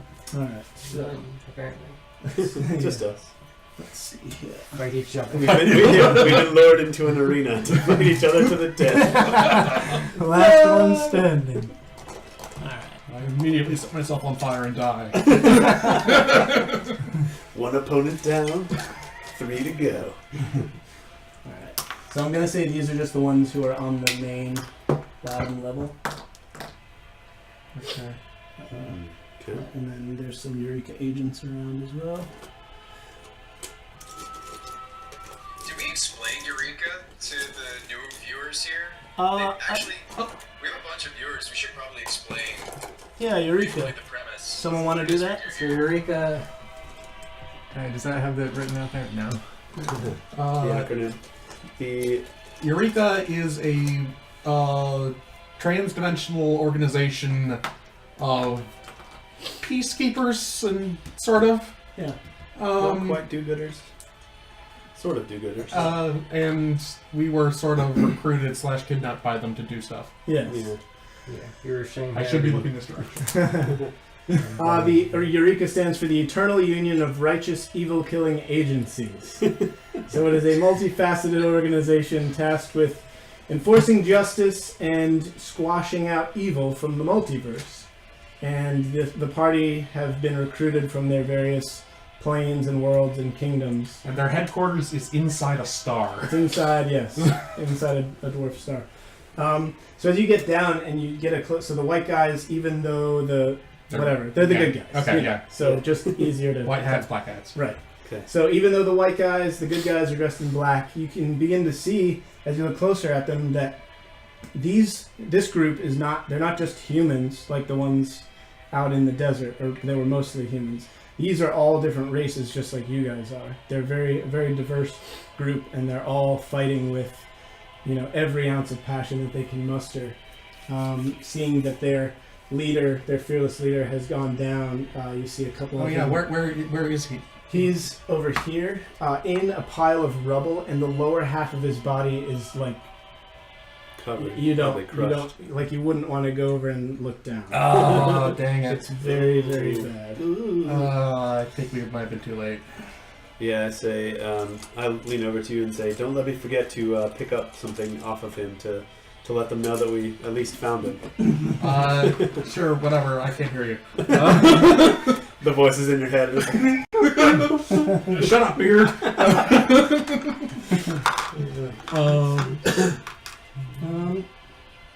I'll have this guy be Devlin Spark. Okay. Deadland Spark. Deadwood. Spark, that's right. He's kind of cool looking. Okay. All right, so Shishka, what would you like to do? So yeah, I can tell all the black guys are the baddies, right? Yeah. Okay. All right. In that case, I will, after I land, after I survey the scene, I'll just take off at a run. 1, 2, 3, 4, 5, 6. Okay. Yeah. And just try to wail on this guy. I'll take out, as I run, I'll take off my bow staff from behind my back and twirl it really cool. Yeah, and then I'll go to attack. Okay, let's see. Okay, so with the staff, that would be a 13 to hit. Okay. That will, in fact, hit. I'll do 10 damage, That is a silver gun. and then I will also attempt to kick him in the face with another attack. That would be an 11. Miss. Okay. All right. Then I kind of stand there awkwardly, and I'm like, "Dang it, that was supposed to hit." Okay. So on their turn, they engage with the guys around them. This guy reaches out his shadowy, wispy hand and touches you with a 21. Thayne knows what this is. I hate being touched with a 21. Yeah, those are the worst, man. Super uncomfortable. So you take 9 necrotic damage, Ouch. and not only that, but your strength is reduced by 1. Ooh, ouch. Good Wait, thing he uses- how much necrotic damage? 9. 9? I have 1 hit point left. Level 1. Yeah, as soon as you said touch, I put it all together and Yeah. know what these And things my are. strength is reduced by 1? Yeah. Okay. All right, Saul. Okay. Oh boy. Staring to the board. How many guys are And only one of the speakers on this is working on Discord for some reason. Hmm. What did you say, Tommy? I can't see the board. How many bad guys are there? Oh yeah. Oh, right. There's a good half dozen of them down here. Okay. Cast Bane on both of the three. Or Okay. the biggest bad guy. It's Bane. Brian, how are the speakers on your laptop? Do you want to hop on Discord and pipe in the audio? Yes, I can do that. It's probably better than this one because I don't. They're pretty good. Okay. Uh, So you got a what to hit? A DC 15. Okay. They have to make a DC 15, and what kind of check?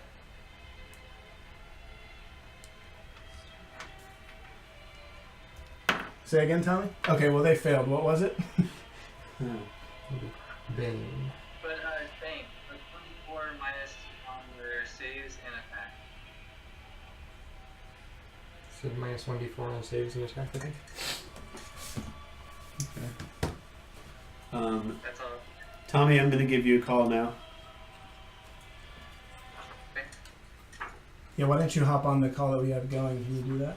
Or do I have to invite you? You have to invite him. Okay. You wanna? Okay, just kidding. Do you know how to invite people to calls? I don't. Okay, Tommy's still here. Why don't you join the call? Thayne, can you invite Brian into this call, and then I'll drop off? Okay. I think we lost Tommy for a second. Well, I'm still here, actually. I can do it. Okay. That was loud. Somebody's talking outside the window. Yeah, I was Yeah. thinking. Jeez. Alright, sorry, we're gonna get some better audio for you and Tommy.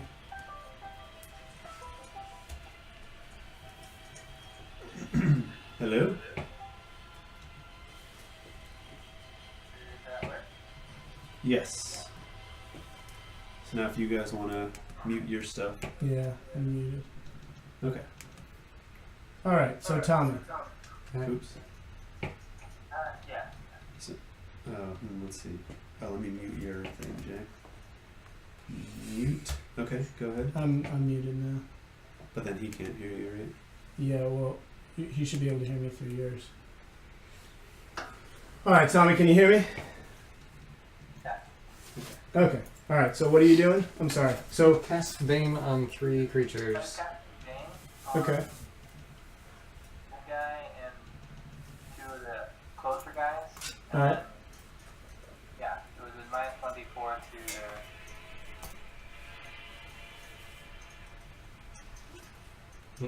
Minus 1d4 to their what? To all attack rolls and saving throws until the spell ends. Alright. When is it concentration or? Yeah, concentration. Okay. Would you like to roll that d4, Tommy? Where did my black... And that's every time that they go. Every time they Oh, do. every time they go, they... Good. roll. Okay, awesome. So I can cast other spells on them easier. Okay. Mm. So it's, where's... So it's this guy, and this guy? Well, I think he includes the one that. Shishka is fighting? Are you including one Brian's fighting?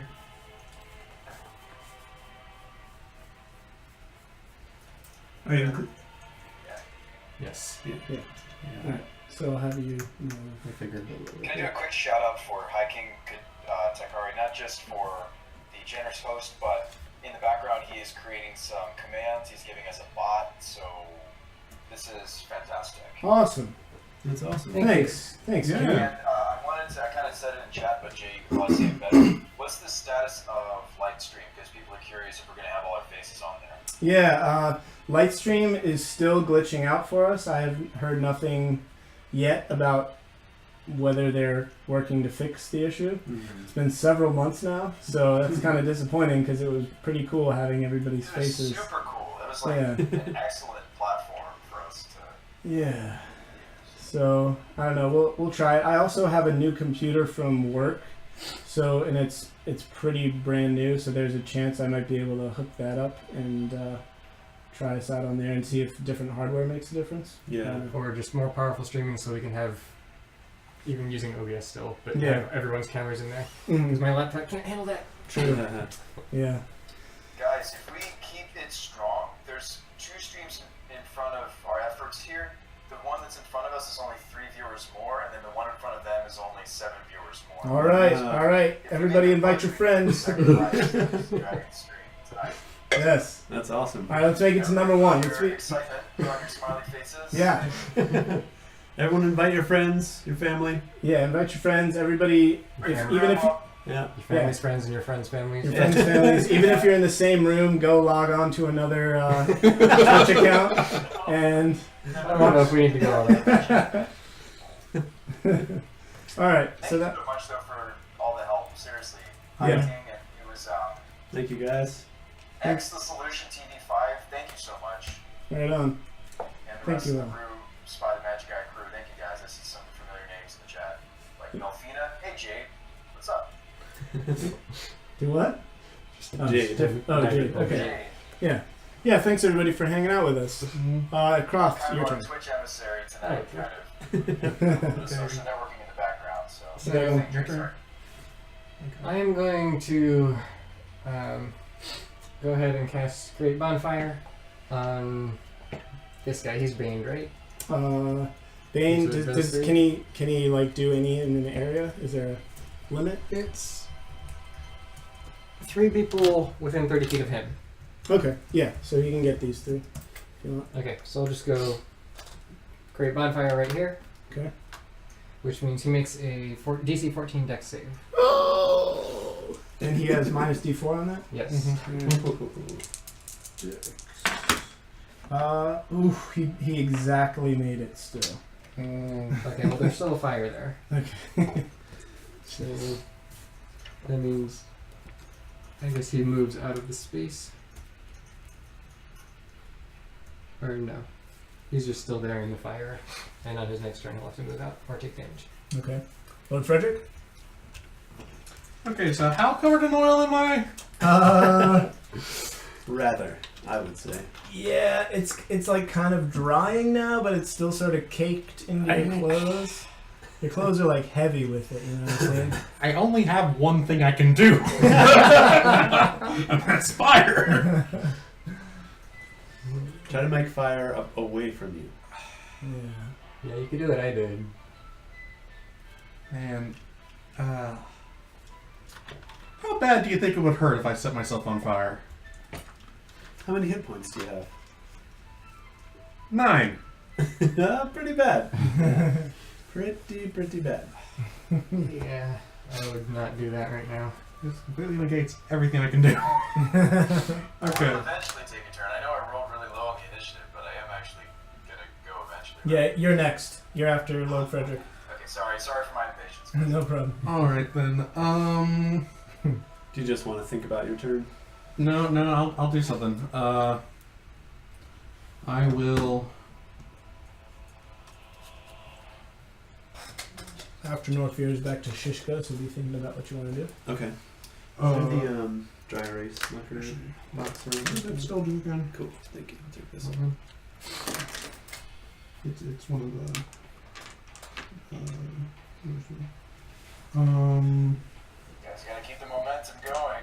Okay, fine. I create a bonfire on someone. Same thing he did. You light me on fire? Sure, why not? Let's see. Hey, feel like having a bonfire right in front of you with the guy? Nope. Because I would catch on fire too. I'm still oily, remember? You are pretty oily. Hey, what's that supposed to There is the other one that's baned. Okay, yeah, the other one that's been on that guy. We have another thing you can put on. Sure. Yeah, because that bonfire, cream bonfire is all I can do now. Alright, so save. Dex save?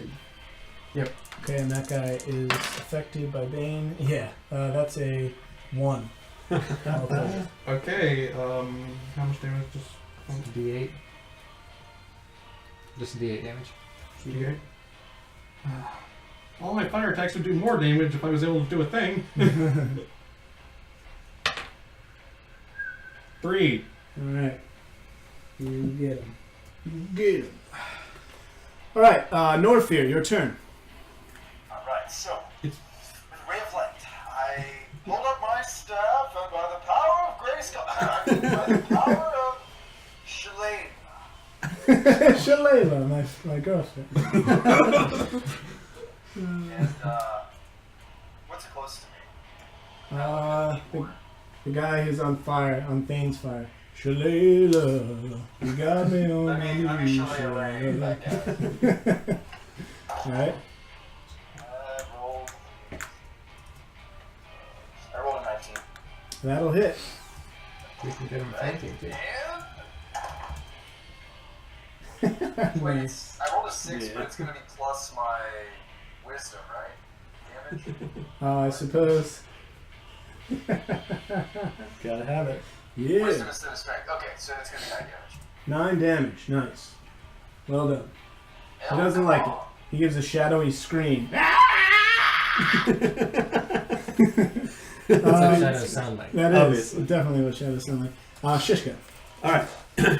I will stare this guy in the face and with malice in my eyes say, "That really hurt," and then I'm going to withdraw. And I'm going to run over here. Dang, 1, dude. 2, 3, 4, 5, 6.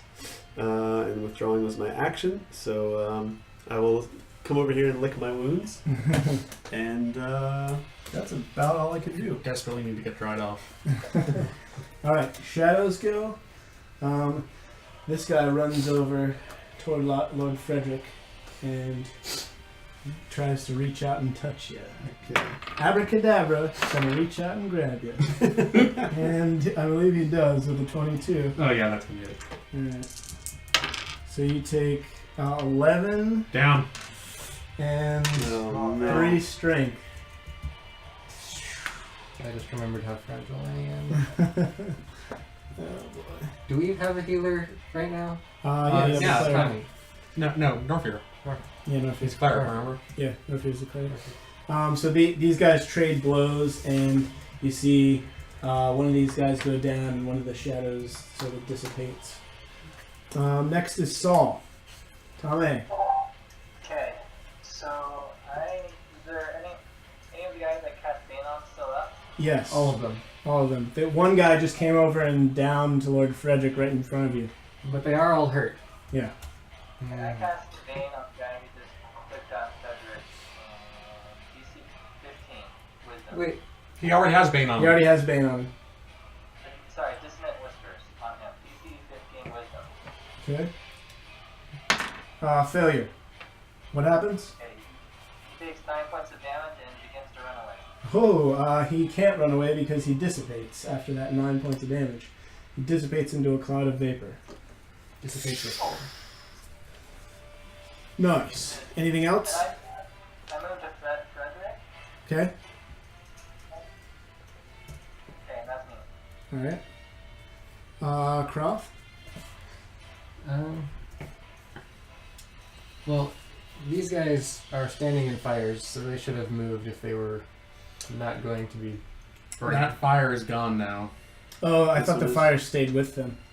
Oh, okay. No, it's So- it's a magical fire. It stays in the spot, Oh, I see. Yeah, Okay. but they can move out of it on their turn. Yeah, Gotcha. well, mine's gone because I'm down. Yeah. Okay.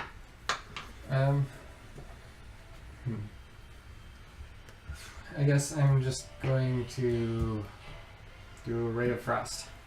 Alright. So that's on On the more wounded guy here. 13 to hit this guy. Okay, yeah, that hits. Okay, 4, 3 points of damage. Oh, still brings him down. Good. I'm being useful, perhaps. And I'm gonna go ahead and dismiss the fire. Okay.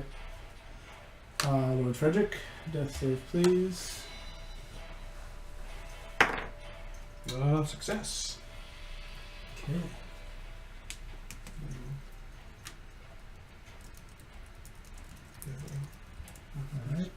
Alright. Next is Norfir. Alright, so I feel as though I've shillayed enough. And I look to one of my wounded companions and I think to myself, maybe I should heal that guy. So I would like to. That would be great. Yeah, I would like to. Hang on, I always mix these two up. I didn't write out all their abilities. Healing Word is the one that has a distance, right? Like Yeah. a longer distance? Yep. Okay, I will use Healing Word. I think that's 30. D4 plus your spell. Yeah. It actually doesn't heal for very much at all, does it? No, but It'll be enough to get him on his feet. we're all gonna drop after one hit anyway, so it doesn't really matter. Yeah. It's a bonus action. Also. Oh, is it? But if I do that, I can't do my other heal, can I? No. One spell. That's what I thought. But you could do a bonus action heal and then run up and attack well, someone. hold up. Maybe I should move over to somebody and then just because I also know Cure Wounds. Maybe I should just move over and we could really use some heals. You'd be in range of Frederick if you wanted to do that. Yeah, bring me over to Frederick, and I'm actually going to do something different. I'm gonna use Cure Wounds instead. Is that great? Okay. Yeah, makes sense. All right. So that's okay. I rolled a 4 plus my wisdom, correct? Or is that what it is? Yes. 4 plus wisdom. Isn't it? You are a what is he? He's a cleric. Yeah, I'm wisdom. a cleric. Right, that's our spellcasting. Yeah, modifier. they're wisdom casters. Yeah. And my modifier is plus 3, so 7. So, Just trying to remember if Nice. it applies to Cure Wounds. So it's to me. Ah, yeah, it does. all right. Yeah, so 7. Next is Shishka. Okay. Being a bit of a scaredy cat there. aren't you, Listen, he's got issues that he's working through. Okay. Fortunately, he reaches. Is that the D&D theme music out here? Maybe. Yeah, it's our podcast theme music. Yes. Yeah. Yeah, our podcast theme. I'll reach into a pocket in my fur somewhere, I guess, and pull out a dart and throw it at this guy.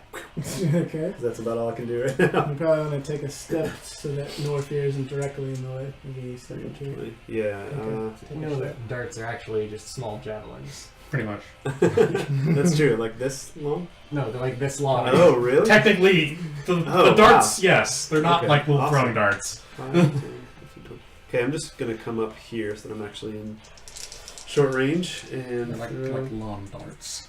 oh, lawn darts. Okay, so that would be a 20 something to hit, That does it. and 1d4 damage.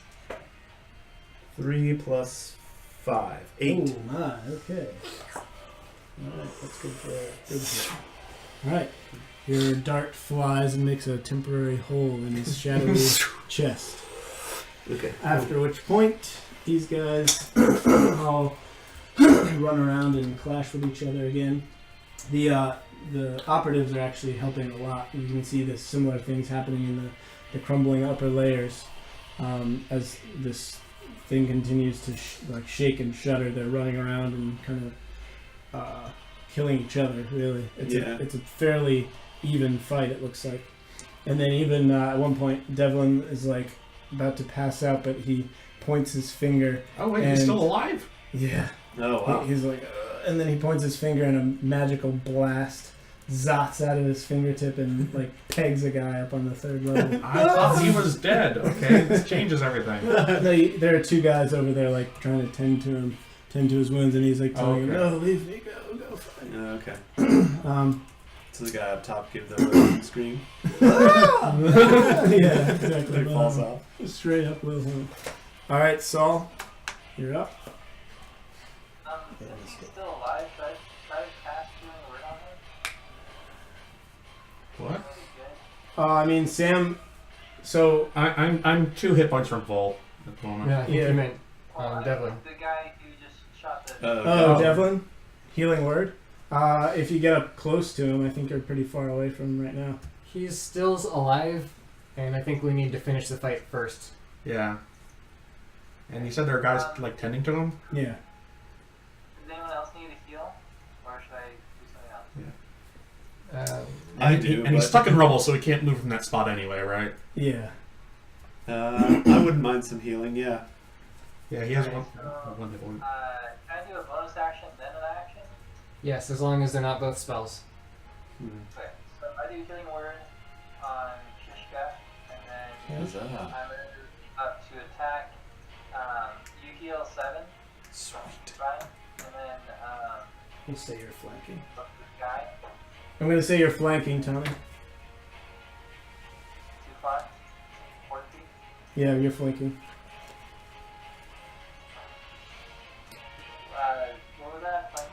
Yeah, Yeah, you're you're flanking with flanking this with guy. one of the operatives. Sweet. Alright, so it's not. It's a 16. All right, that hits. Okay, and I do.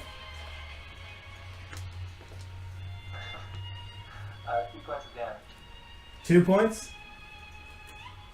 3 points. 3 points. That's enough to wisp him away. All right. All right, everybody's bringing people down this fight. All right, Kroth. So there's only 2 of them left. Yep. There's some more on the that one upper dead? levels, but they're kind of. They're out of reach of engaged. anything. Is that one dead? What happened back there? Yeah, you knocked him over in the first round, so I think he's. Oh yeah, you just Oh said you yeah, got yeah. taken He's Okay. taken out. Well, there's already 2 guys on him, so I'm gonna do another bonfire over here. Okay. So that's a dex save. All right, and he's not banned, so I'm afraid he made that. Okay. Well, there's Keep rolling higher than I should. and I'm gonna step up just a little bit. Okay. Lord Frederick. Okay, I stand up. It's annoying because my main ability involves setting myself on fire. But if I set myself on fire, I'll set myself on fire. Yeah, that would not be good. Because Mantle of Flames covers me in fire, but then I'll be covered in fire, which will cover me in fire. Yeah, not the good kind of fire. So, The fiery kind of fire. really, the best.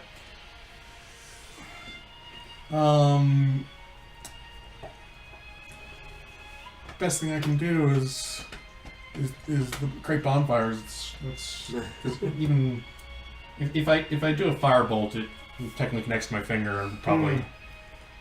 It shoots an orb that that ignites on impact, right? Huh? Firebolt is. What if I take off my gauntlet so my finger is dry? Wait, firebolt is an orb? Is it like I assumed it was like a is line. it self-contained? I think it's an orb that ignites on impact, if I remember I correctly. guess it's not a ray technically. Yeah, if it's not Yeah. fire until it hits, then sure. If it's not actually bursting into flame when it touches your finger. Well, no, you hurl a mote of fire at a creature or object within range. Okay. A mote of fire. Give it a try. If I take off my Give it a shot. if I take off my gauntlet, is my hand dry? Oh yeah, you have a gauntlet on. Well, okay, so it's not dry. Here's what we're gonna do. You're gonna use this spell, and then you're gonna roll a percentile die. All right. And if you get a 20 or less, you burst into flame and take some fire damage. If not, you're good. So you have a 20% chance of bursting into flame, not the good kind that you like. The bad, flamey kind that hurts you. Who wants to live forever? Let's do it. You only so you're die gonna twice. get into some a place where you can clearly shoot. Yeah. And Or you blast the guy out and from the middle. Both of these operatives are about to swing, and then you just blow them away with fire. Oh, thanks. so yeah, I guess so. It's a firebolt. So Attack roll. just checking. So I rolled a 1. Oh, no. Was that on your? No, that was to attack. That was to Okay. hit. Percentile. So you do not hit. Now roll your percentile. I only have one of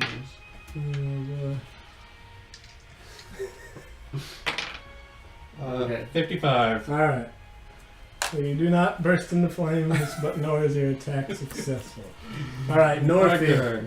You got 2 guys left. One of them's being flanked by 2 operatives. The other guy is standing in flame of Thayne's, of Kroth's creation.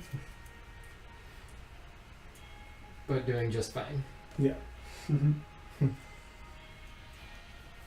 Norfir? Jean? Well, I think it'll make sense for me to just kind of get into the fray, doesn't it, guys? Yeah. And I swing my staff, and I'm gonna club the guy that's to my on top of it.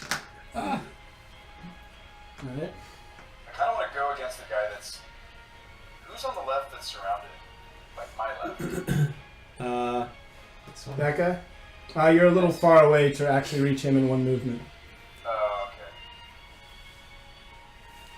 Just bring me to the closest one, I guess, because I'm having trouble discerning a little bit of the spatial. Okay, yeah, I brought you to the one straight ahead. Dead ahead. Alright, I rolled a 19. That'll hit.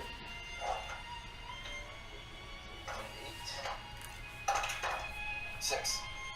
Okay, 6 damage. Initially. Alright, he gets hurt by that. Shishka.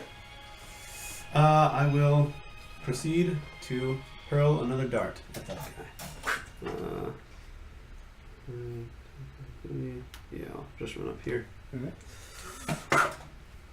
Alright. 20 something. Yep.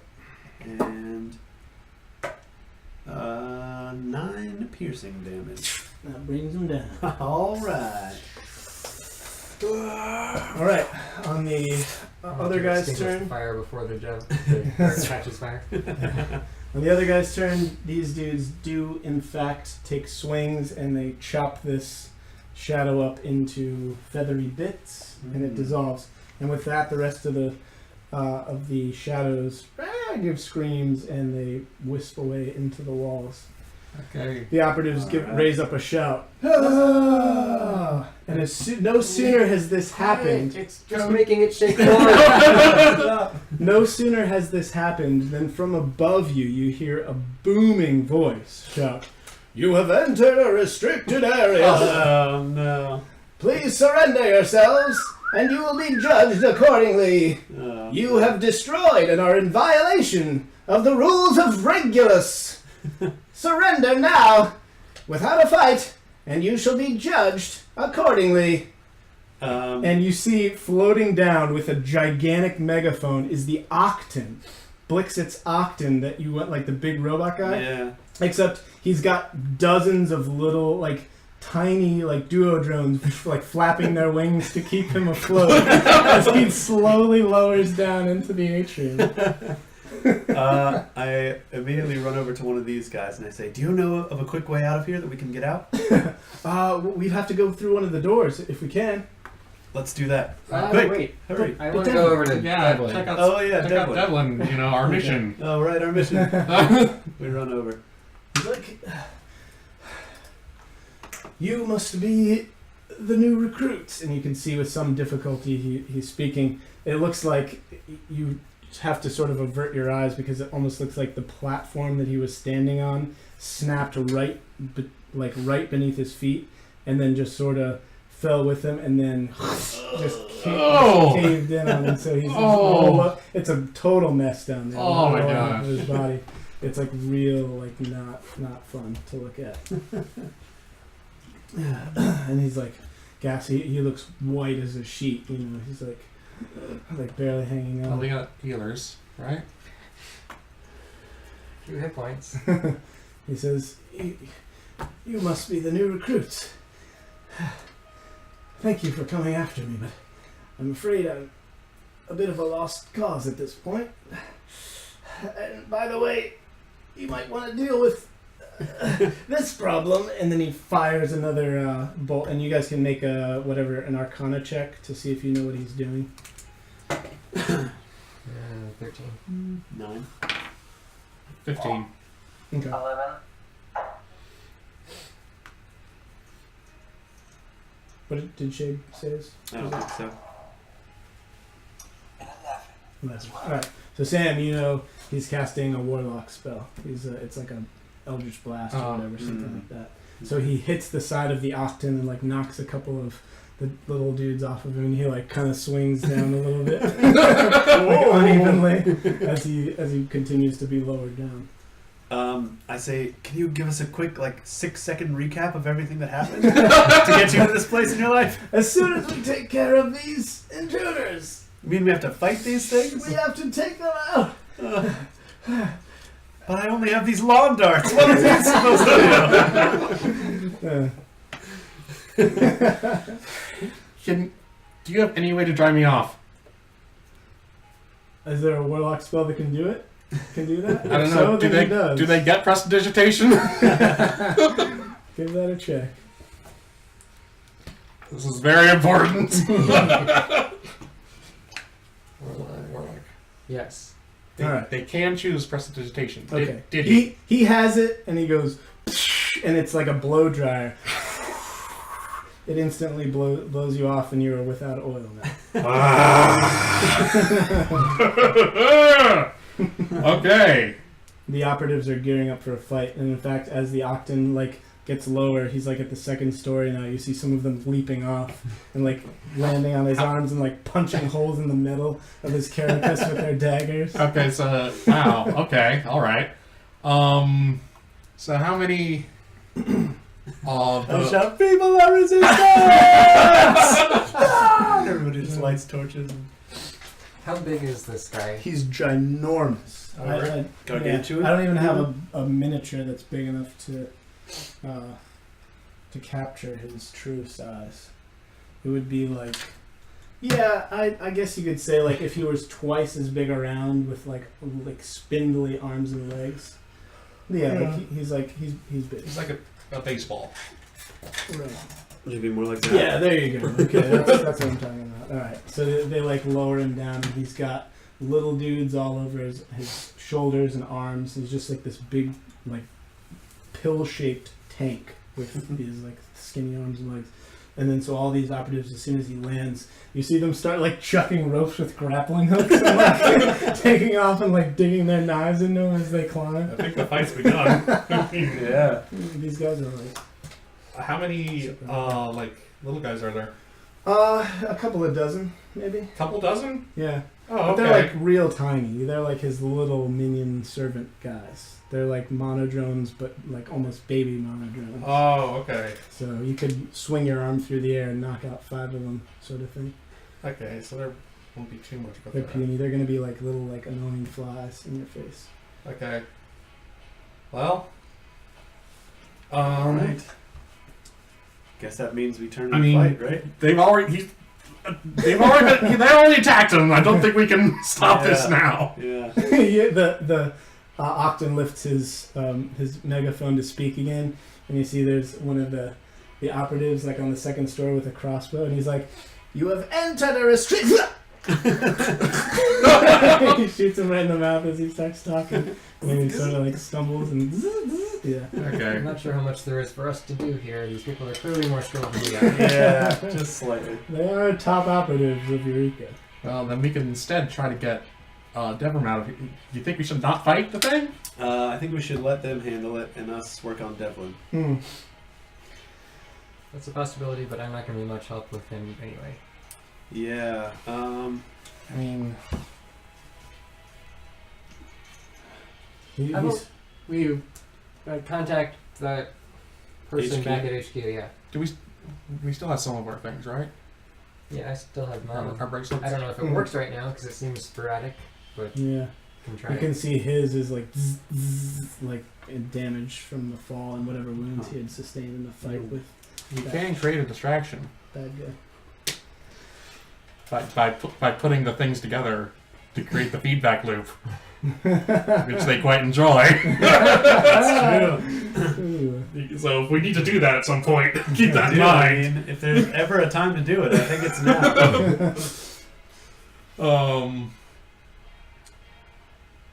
I mean, you really just don't want to fight it? I think we just He need. says, "Please help my operatives. Too Yeah. many men have died already. Okay. All right. Yeah. In All this right. worthless pursuit." Okay. Okay, Return to fight. How high? How high? Where is he at I this guess point? we'll have to die Yeah. too. He drops down onto the ground. Okay, I go up to him. Well, shouldn't we go back into initiative somehow? Yeah. Yeah, we can. Okay. We can We start initiative again. stay. All right. Let's see. We'll roll for him. All right, that still puts him. Are we just keeping our old initiative? Or Yeah, that's fine. Okay. Well, you can re-roll if you want, I guess. No, No. let's just keep it. Nah, for the Yeah, let's just second keep it for now. time. All right. So Shishka. Okay. I. Yeah, I'll run up. I'm feeling saucy again. 1, 2, 3, 4, 5, 6. And I will use bow staff attack. Quarterstaff, I should say. Does a 9 hit? No. Okay. Then I will attempt to punch it Okay. with a 13. That hits. Okay. That is 7 damage. All right. You punch him in the knee, and Sweet. his leg sort of buckles a little bit. Alright, cool. All right, Saul. So, how far away am I from the guy? You're close enough to get to him walking with one movement. Okay.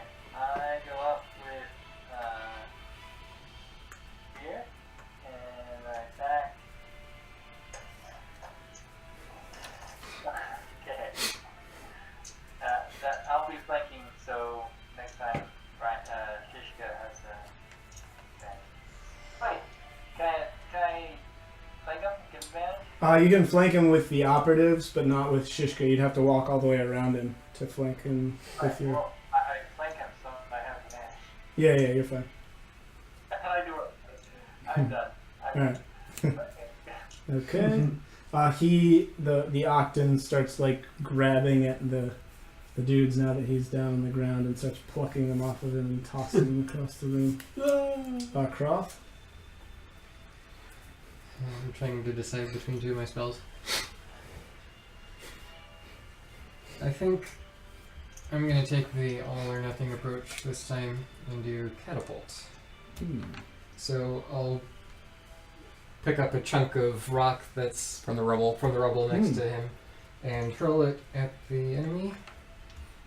He has to make a dex save though. Okay. He's not so good at that, but he did get a 16. Dang, dude, I keep rolling super nothing. high on these dex saves. bounces and off. saves in general. I don't think I've rolled below like a 16 on a So then save. it probably like flies and smashes into the back wall and does some damage. And then the whole thing shakes. And just keeps collapsing. Well, I mean, the back wall would take 12 points of damage. Okay. All right. So, Lord Frederick, one of the operatives sees you lighting up now that you're like dry, and he's peeling like a circle of metal off of the Octon's carapace or whatever, off of his chassis, like a can opener, and then he peels it back like a circular. He peels it back and he goes, "In here!" Okay. I have been handicapped all day, unable to participate in the one joy I have left in life, which is fire. I activate the blazing beard. Yeah. I catch myself on fire. All my hair and beard turns into fire, and all of the fire becomes me.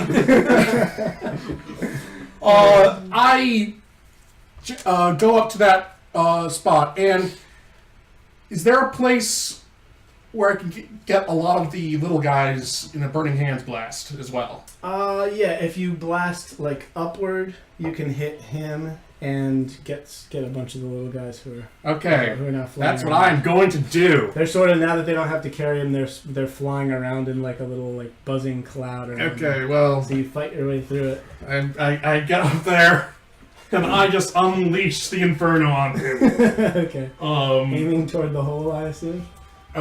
Sure. I mean, I'm not really paying attention. I'm just shooting at him.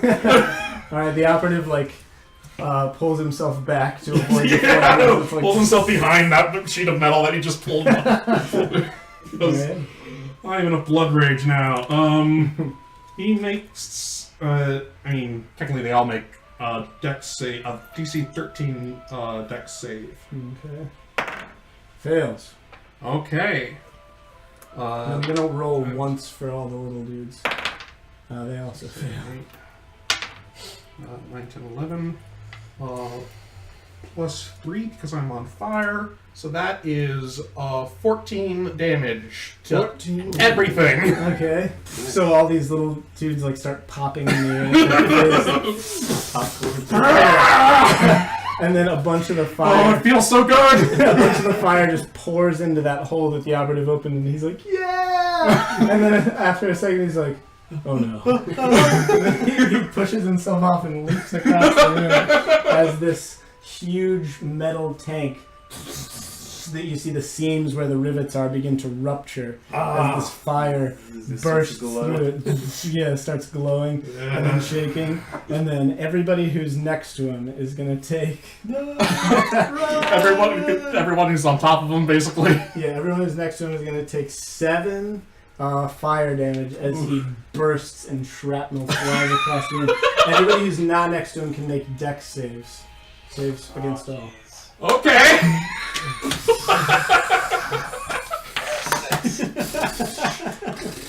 13. Guess I'm next to him at this point. What's the DC? The 13.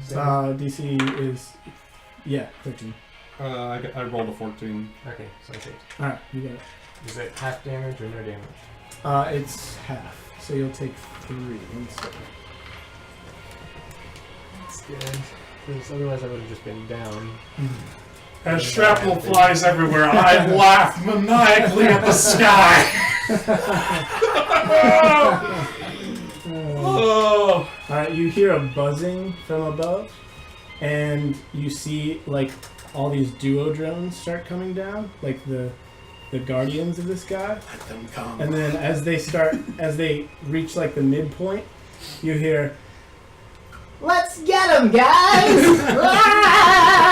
And then you see Blixit followed by an army of your groupies who are like super into your music before, just pouring out of one of the doors, and they like start attacking the duo drones and start beating them down. They're jumping onto them and ripping off their like arms and limbs and stuff. And just like. Notably, if anyone touches me, they will take damage. At this point. And so he and his dudes make quick work of the rest of the Octum's guardians. Nice. And so there's like metal pieces raining down all around you, and Devlin shouts over to you with all the last of his strength. He says, "Please, recruits, gather around. I have much to tell you and very little time, Okay. I'm afraid." I approach him still on fire. I say, do you mind? I cast Gust to fan his flames. We have 1 minute left of this. Real hot in here. I'll be going out in 1 minute. Okay, so we circle around. Alright, Devlin says, "Whatever magical healing you may possess, I am beyond your aid. Do not waste your time, there's no helping me now. For my soul has been tainted by a blackening cloud. Even now it quickens within me. The mark of Maj Baltoreg. Dun dun dun! Say that one more time. Maj Baltoreg. The Shadow Lord, as some call him. I knew I didn't like the smell of this place. I'm glad you have finally made it, for we awaited your coming for a long time. I have dedicated my life to the organization now known as E.U.R.E.K.A, yet in this case, I've gone rogue. I am operating outside the purview of the Council and therefore against the wishes of the Great Wheel. Why would you do such a thing? Well, however pure my intentions were, I've been sullied by a rash and impetuous nature which has now left us worse off than when we started, and caused nearly a score of our top operatives to give their lives. for the cause. At this point, my fire goes out and I collapse on the floor. Oh. We all kind of look over at him and then look back to the guy and keep talking to him. He's like, is he going to be okay?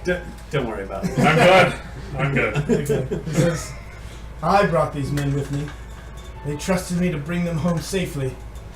And yet, many gave their lives for my cause. And what cause was that, you may ask? A pointless chase that ended only in disappointment and failure. For Maj Baltoreg has escaped my grasp. He grimaces in pain, and you begin to see like the color. The color continues to. I feel pretty successful, drain. honestly.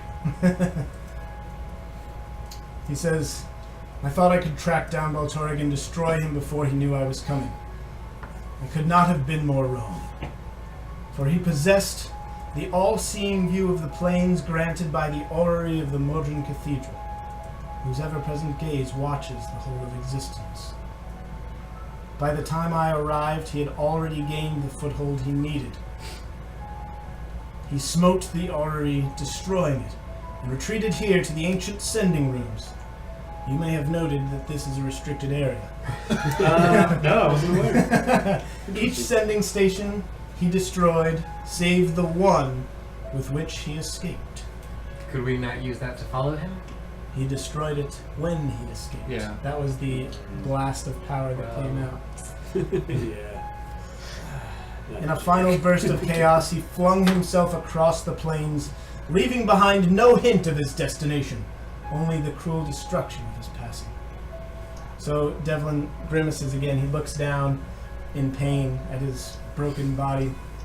And then when he picks up his head, his eyes seem to brighten for a moment. There's a sparkle there as if he can see you all clearly for the first time since you entered the room.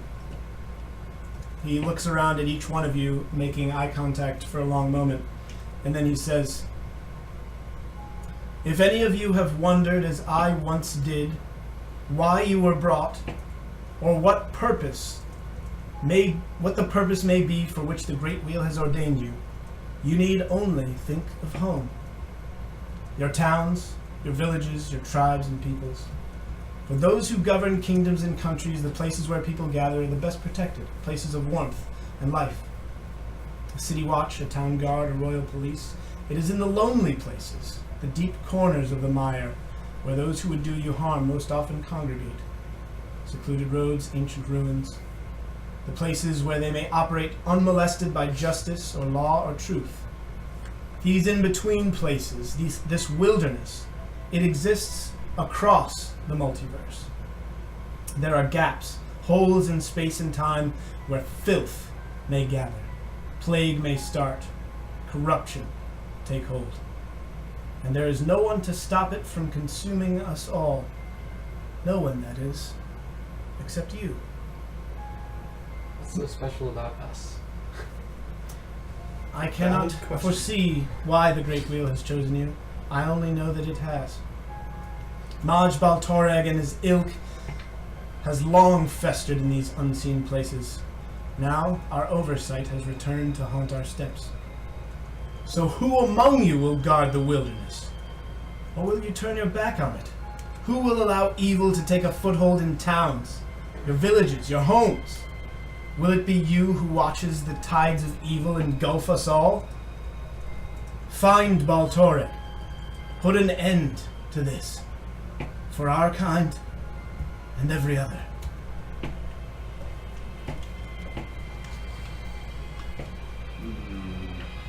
I close his eyes. Oh, sorry, you weren't dead yet. Yeah, and then he goes, "I'm still kind of alive." No, but seriously, I'm not kidding. I have no home left. But No. this new one seems interesting. You're gonna call this home? I would rather. I'm not talking about this. Oh, this. okay. I'm talking about the star. You know, that place. That place. That's home. Yeah. Living amongst the stars. Yes. Better than dancing with the stars. Maj Baltoreg is a skilled and ancient chronomancer. His power is greater than I could have imagined. I have no doubt he was responsible for the deaths of my 6 fellow council members. he will be responsible for more if he is allowed to continue as he has. Do you know where he went? No, he just said you No really trace. attract me. Well, The ancient lettering inscribed on the portal which he used may be translated, however. If you wanted to make a quick etching of that before you go, isn't this whole place collapsing? yes. So you don't have much time. Maybe snap a quick photo. Something similar. Does anyone have a photographic memory? I don't even have anything to write with. Or I am... Use all the soot and ashes around me to make an imprint of the etching. It's also all the way up there. Actually, I think I'm pretty sure a piece or two might have fallen down here. It's up. I thought he was down on the ground floor. No, he was on the 3rd floor Okay. when he took off. Okay, so it's like the place is slowly collapsing. It's up on the 3rd floor, and we need to translate that, right? I shout up to some of the guys up on Yeah. above Say, us "You already there." there. So you guys note down any markings on that passageway. Okay, they're like, yes, certainly. And they take out like a pad of paper and start writing down, trying to draw out the symbols. Okay, that works. Alright, so he's like, now you must go and continue your lives as operatives of E.U.R.E.K.A. For each and every one of you, though you may not have discerned your purpose yet, you are needed by the Great Wheel.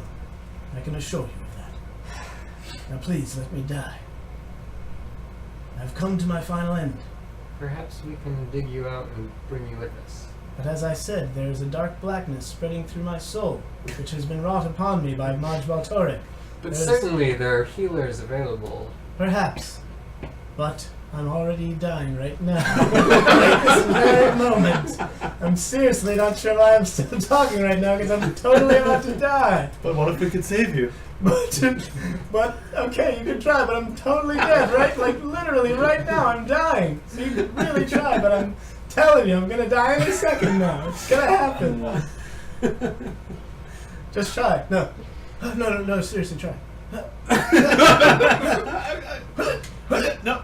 And then he goes, and it's the top half of his body just breaks off. Oh. No, not really. That doesn't happen. But he does give his final gasp. And the life leaves his body. I poke him a couple times just to make sure. He's like, ow, I'm trying to die. Please. His operatives are like, come on, we gotta get out of here. They're all like crying. They're all like real sad. I shout around, find a viable exit. Okay. And we'll follow you. And as soon as everyone starts searching, I look at the body and try to find I anything guess valuable on it. the only thing we needed to become a viable party of heroes was a single spark. I see what you did there. One of the operatives sees you. Well, the two operatives that are standing right there see you start looting his body. And they're like, "What are you doing? He's not dead yet. Let him die." He is dead. No, Clearly, but he he's just- still he's still in the process of dying. Please, just let him die in peace. And you see, like in Devlin's belt, there's a long dagger, and it says copyright. The Great Wheel. It says this is a +3 dagger of awesome. Wow. I say- belongs to. This is for the good of E.U.R.E.K.A. We cannot leave valuables here to be plundered by villains. And they take the dagger. He says, nope. I'll be taking that. Do you want me to cremate him? Who says that? The guy he won't let you take One it. of the operatives? Yeah. Fine, take it. He says we can distribute it when you are of the appropriate level to receive such. I'm like, guys, let's weapons." just go. Okay, we're about to die. Come on. And I start running toward the exit. All right, you guys leave. They do take whatever his valuables were. I'm still giggling to myself. Alright, so we run off, and I will Yeah. use my bracer to try to contact Torio? Oh yeah, Torio Salazar. Torio. Just as you're about to leave the room, Sometimes it Devlin sounds like opens two his people. eyes one last time. He's like, wait, I forgot something. And he holds out like a fistful of these papers. And he's like, I have 4 girlfriends across the multiverse. I've written each of them a letter in the event of my death. Please deliver this to each one of them. I run back I over will to him mage and hand slap him, and then I run away. You slap him to death. His ass. I The mage hand the papers papers fly. out of his hand and bring them to me. Okay. Alright. They're each sealed with a wax seal. So you're a monster, and I slap him. And run away again. Alright, so you follow the operatives out. Actually, they take up, a few of them take up the rear, a few of them lead the way, and they guide you out through this passageway that you've never seen, that you didn't see on the way in. It's through, you're going through these passageways and these stairs and even ramps and stuff through this big blackness. Where's Blitzit and the others? Blixit is he and his other friends are like flying or gliding Hovering. along. Yeah, hovering along beside you as you Okay. go out. Uh, Blixit's sporting a new left arm. He took one of the big board arms and he's like Trogdor. He's got the one big muscular arm, and the rest of them's like. okay. We made a promise to those guys. We did? Yeah. We told them that we would give them the secret of the music or something, or let them talk to. We're gonna give them Torio's number. Yeah. That's right. Okay, that's fine. We'll give him Torio's number. We just gotta get out. Handle that later. Okay? All right. We run. Okay. So they take you out into the city, where it's like this little porthole that takes you up, and then you actually get on a platform, and it lifts you. And before you know it, there's like these doors that open above you, and then these little grains of sand are falling down on you, and the doors flap open, and you find yourself standing in the desert Oh, wow. where you arrived. Okay. Not where you arrived, but in the same desert. I Yeah. just realized the problem. All that stuff we left as collateral, Yes, it's still in the office. that is still Central in process. central process. Yeah. Also, that like one other person that we left down there from our party, they're still down there. Oh, No, they're with you. On the whole Somebody party. just pops his head up from the sand. you guys left! Crawls his way out. Hey guys! Do you still want to be friends? Who said bugbear? I'm a hogbear! Someone starts giving us all a He hated him. He hated all of us, remember? He's taken on a new appreciation. I'm still trying to figure out what character you was just doing. Andy's there. Oh, it Yeah, is a on bugbear it. character. All right. So we did make them a promise that we would give them their devices to contact. At least one device. And Torio's number. Also, how do we get back? We One of the operatives is like, dude, mine's the only one that works. Can you believe it? Like, everybody else is dead. I don't know what. And he's like, and then he phases out. And then he comes back and he's like, sorry about that, guys. Let's go. So I thought we did it so that one of us still had our thing on us, right? One of us still I had still it. have it. Yeah. I only gave up the stress ball and the patch. Yeah. I gave up my royal signet ring. Oh, that's right. Okay, so we have That is a my couple last of- connection to my old kingdom. Wow. So, So you're now a free man. I wish that were so. Slave to my own thoughts. Hey, thanks for the follow, Fizebot. Appreciate it, man. Or That is lady. the bot. Thanks for following us, Robot. I know you like stories about robots, so you probably were real interested in this one. Let's not get into that because I was going to tear into our stream. But gosh, we need chat on here. We need following alerts. We'll have to make all those things happen before next week. Yeah, we've got it. We had stuff hooked up to our light stream, but of course we're not using that. We had even the Streamlabs alerts and all that stuff. So, We'll have to work to get some of that stuff on here, for sure. yeah. Yeah, we'll get it back. So you bestow the secret of the music upon a grateful Blixit, who tells you that he's going to start his very own metal band. Get it? Metal band. And he's going to rock the Casbah around the entire plane and go Wow. on tour. Just And make he's sure found they this get tree some called- good feedback before they go on to it. So he'll take my bracer and I say, it will work better for you if you use it mostly underground. Oh, okay.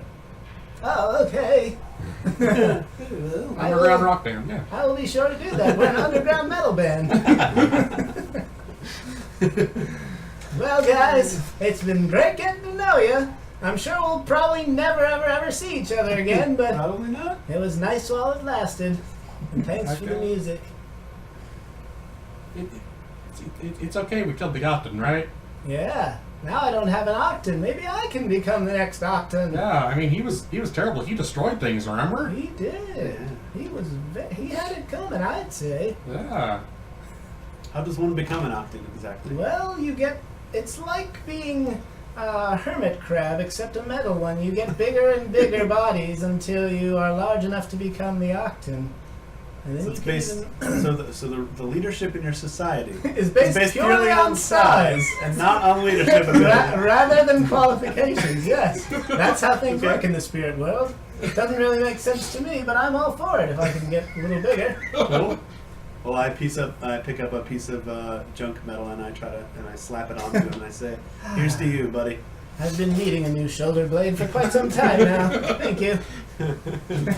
Okay. All right. So you beam yourselves up. I guess so. Beam me up, Snotty. I think so. I say, many thanks to you for all your help back there. We couldn't have done it without you. Well, you certainly couldn't. Thank you for bringing us such culturally relevant experiences. And we hope that, even though we'll never see each other again, I hope that the rest of your lives are productive and good and full of lawful. law. Yeah, very lawful. If there's any way that you could perhaps retrieve the things that we left behind to come in there, that would be helpful. But Well, you know what they say about the central processing office. You can go in there and never come out. It's like the DMV of this play, and nobody likes going I there. say, wait a second. Didn't we just give them communication devices for us? yes, Yes. we didn't tell them that. We just Oh, showed that okay. it makes But it they easy. don't really work very well. Well, what about when they're above ground? Do they work better as communication little bit. devices? A little bit maybe. We should tell them. I say, if you need anything, just give us a call on this Very thing. well. Also, if you need more instruments, you can check out those safety deposit boxes back there. Yeah, there you He go. says that may be worth a trip to the central processing office. Alright, All right. Right. so we'll be back. So you all stand in a big group around the operative, and you put a hand on his shoulder, and he goes, We say, beam us up, snotty. and you blast off through the multiverse, making your way back to the Dying Star and the home base of E.U.R.E.K.A, where you may now level up to level 12. Just kidding, level 2 is the next one that we're doing. Yeah. Alright, All we'll right. do it off stream. Boom. Well, that concludes our very first mini arc of the Champions of the Multiverse campaign. Huzzah. So we hope that you've all had a fun time hanging out with us tonight. If you wanted to catch up on the earlier episodes, you can check out our YouTube channel. You can go to thedamageguild.com. There's a little YouTube link. You can click it.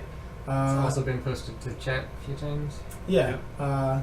Yes, you can follow that link. There's a bunch of other links to find out our social media accounts, our podcast, as we mentioned, which we do put out every week on Mondays.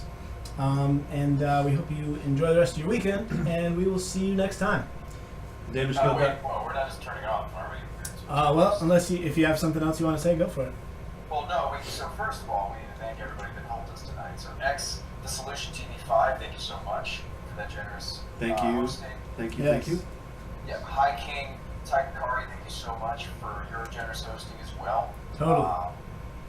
And I really don't think the gentlemen at this table understand the gravity of what just happened tonight. We went from the very, very bottom, the depths of the channel to I snapped some pictures. You guys will find it on our social media. We were top 4 or 5. Nice. We were up against some of the big wigs tonight. I don't think you guys understood what happened tonight. We had a lot of support and help. That's true. And just love from other streamers and, of course, some of my very own viewers. helped us out tonight. So thank awesome. you guys for that. Yeah, that's thank pretty you. awesome. Thank Wow. you, everybody. Super sweet. Very You good. don't Very think you guys stoked on understood the gravity of what was happening. That was somebody else. So whoever's on the damaging of the county, that's you, Jay. Yeah. That's me. Yeah, and don't forget. Let's not forget to thank everyone for Fizbot. the follows, and we need to do Fizbot. something like a host. Yeah. I recommend Evros, or there's a charity D&D stream going on. We can host them too. They're almost at their money goal. Nice. Did I give you? Did you end up getting the login? Because you're kind of running the ship. Did you end up getting the login for our Twitch account, Shane? No, I did not. Okay. Someone wants to send that. Because you said somebody followed us earlier. It was Fizbot. It was a bot. But No, thank you. I did hear that part. I know Okay. I was doing a lot of networking tonight and kind of making some of this stuff happen in the background, but Yeah. So Jay, do you want to host the charity stream, or what's Everos? What are they doing? he's part of my stream team. So I did kind of promise him a host, but then I noticed that there was a charity D&D stream going. So I'll leave that up to your discussion, guys. We need to do it quickly because everybody's leaving. Yeah, let's support charity, guys. Let's support charity. Charity's Check cool. out the charity D&D team. Enjoy Charity's good. the rest of your Alright, night. so, well, wait, I gotta give you the charity link. So. So Thayne, you'll handle that. Yeah. Okay. Everybody hang out. Just 1 minute. We'll get this going. Yeah. It's ENN321. There's also another stream that's doing an Extra Life charity. Well, I'm just gonna go with the first one you said. Yeah. So thank you very much. Well, that's Hopefully this- Evros. You're about to host a Magic stream. Well, no, the ENN 321. So hopefully that works. Hey, Ralazines, thank you for the follow. Appreciate it. You're awesome. And OTM, D&D, or the other one I linked in chat. Those two are the charity streams that are D&D related, or you could host Evan. That's up to you. I'll go with the ENN.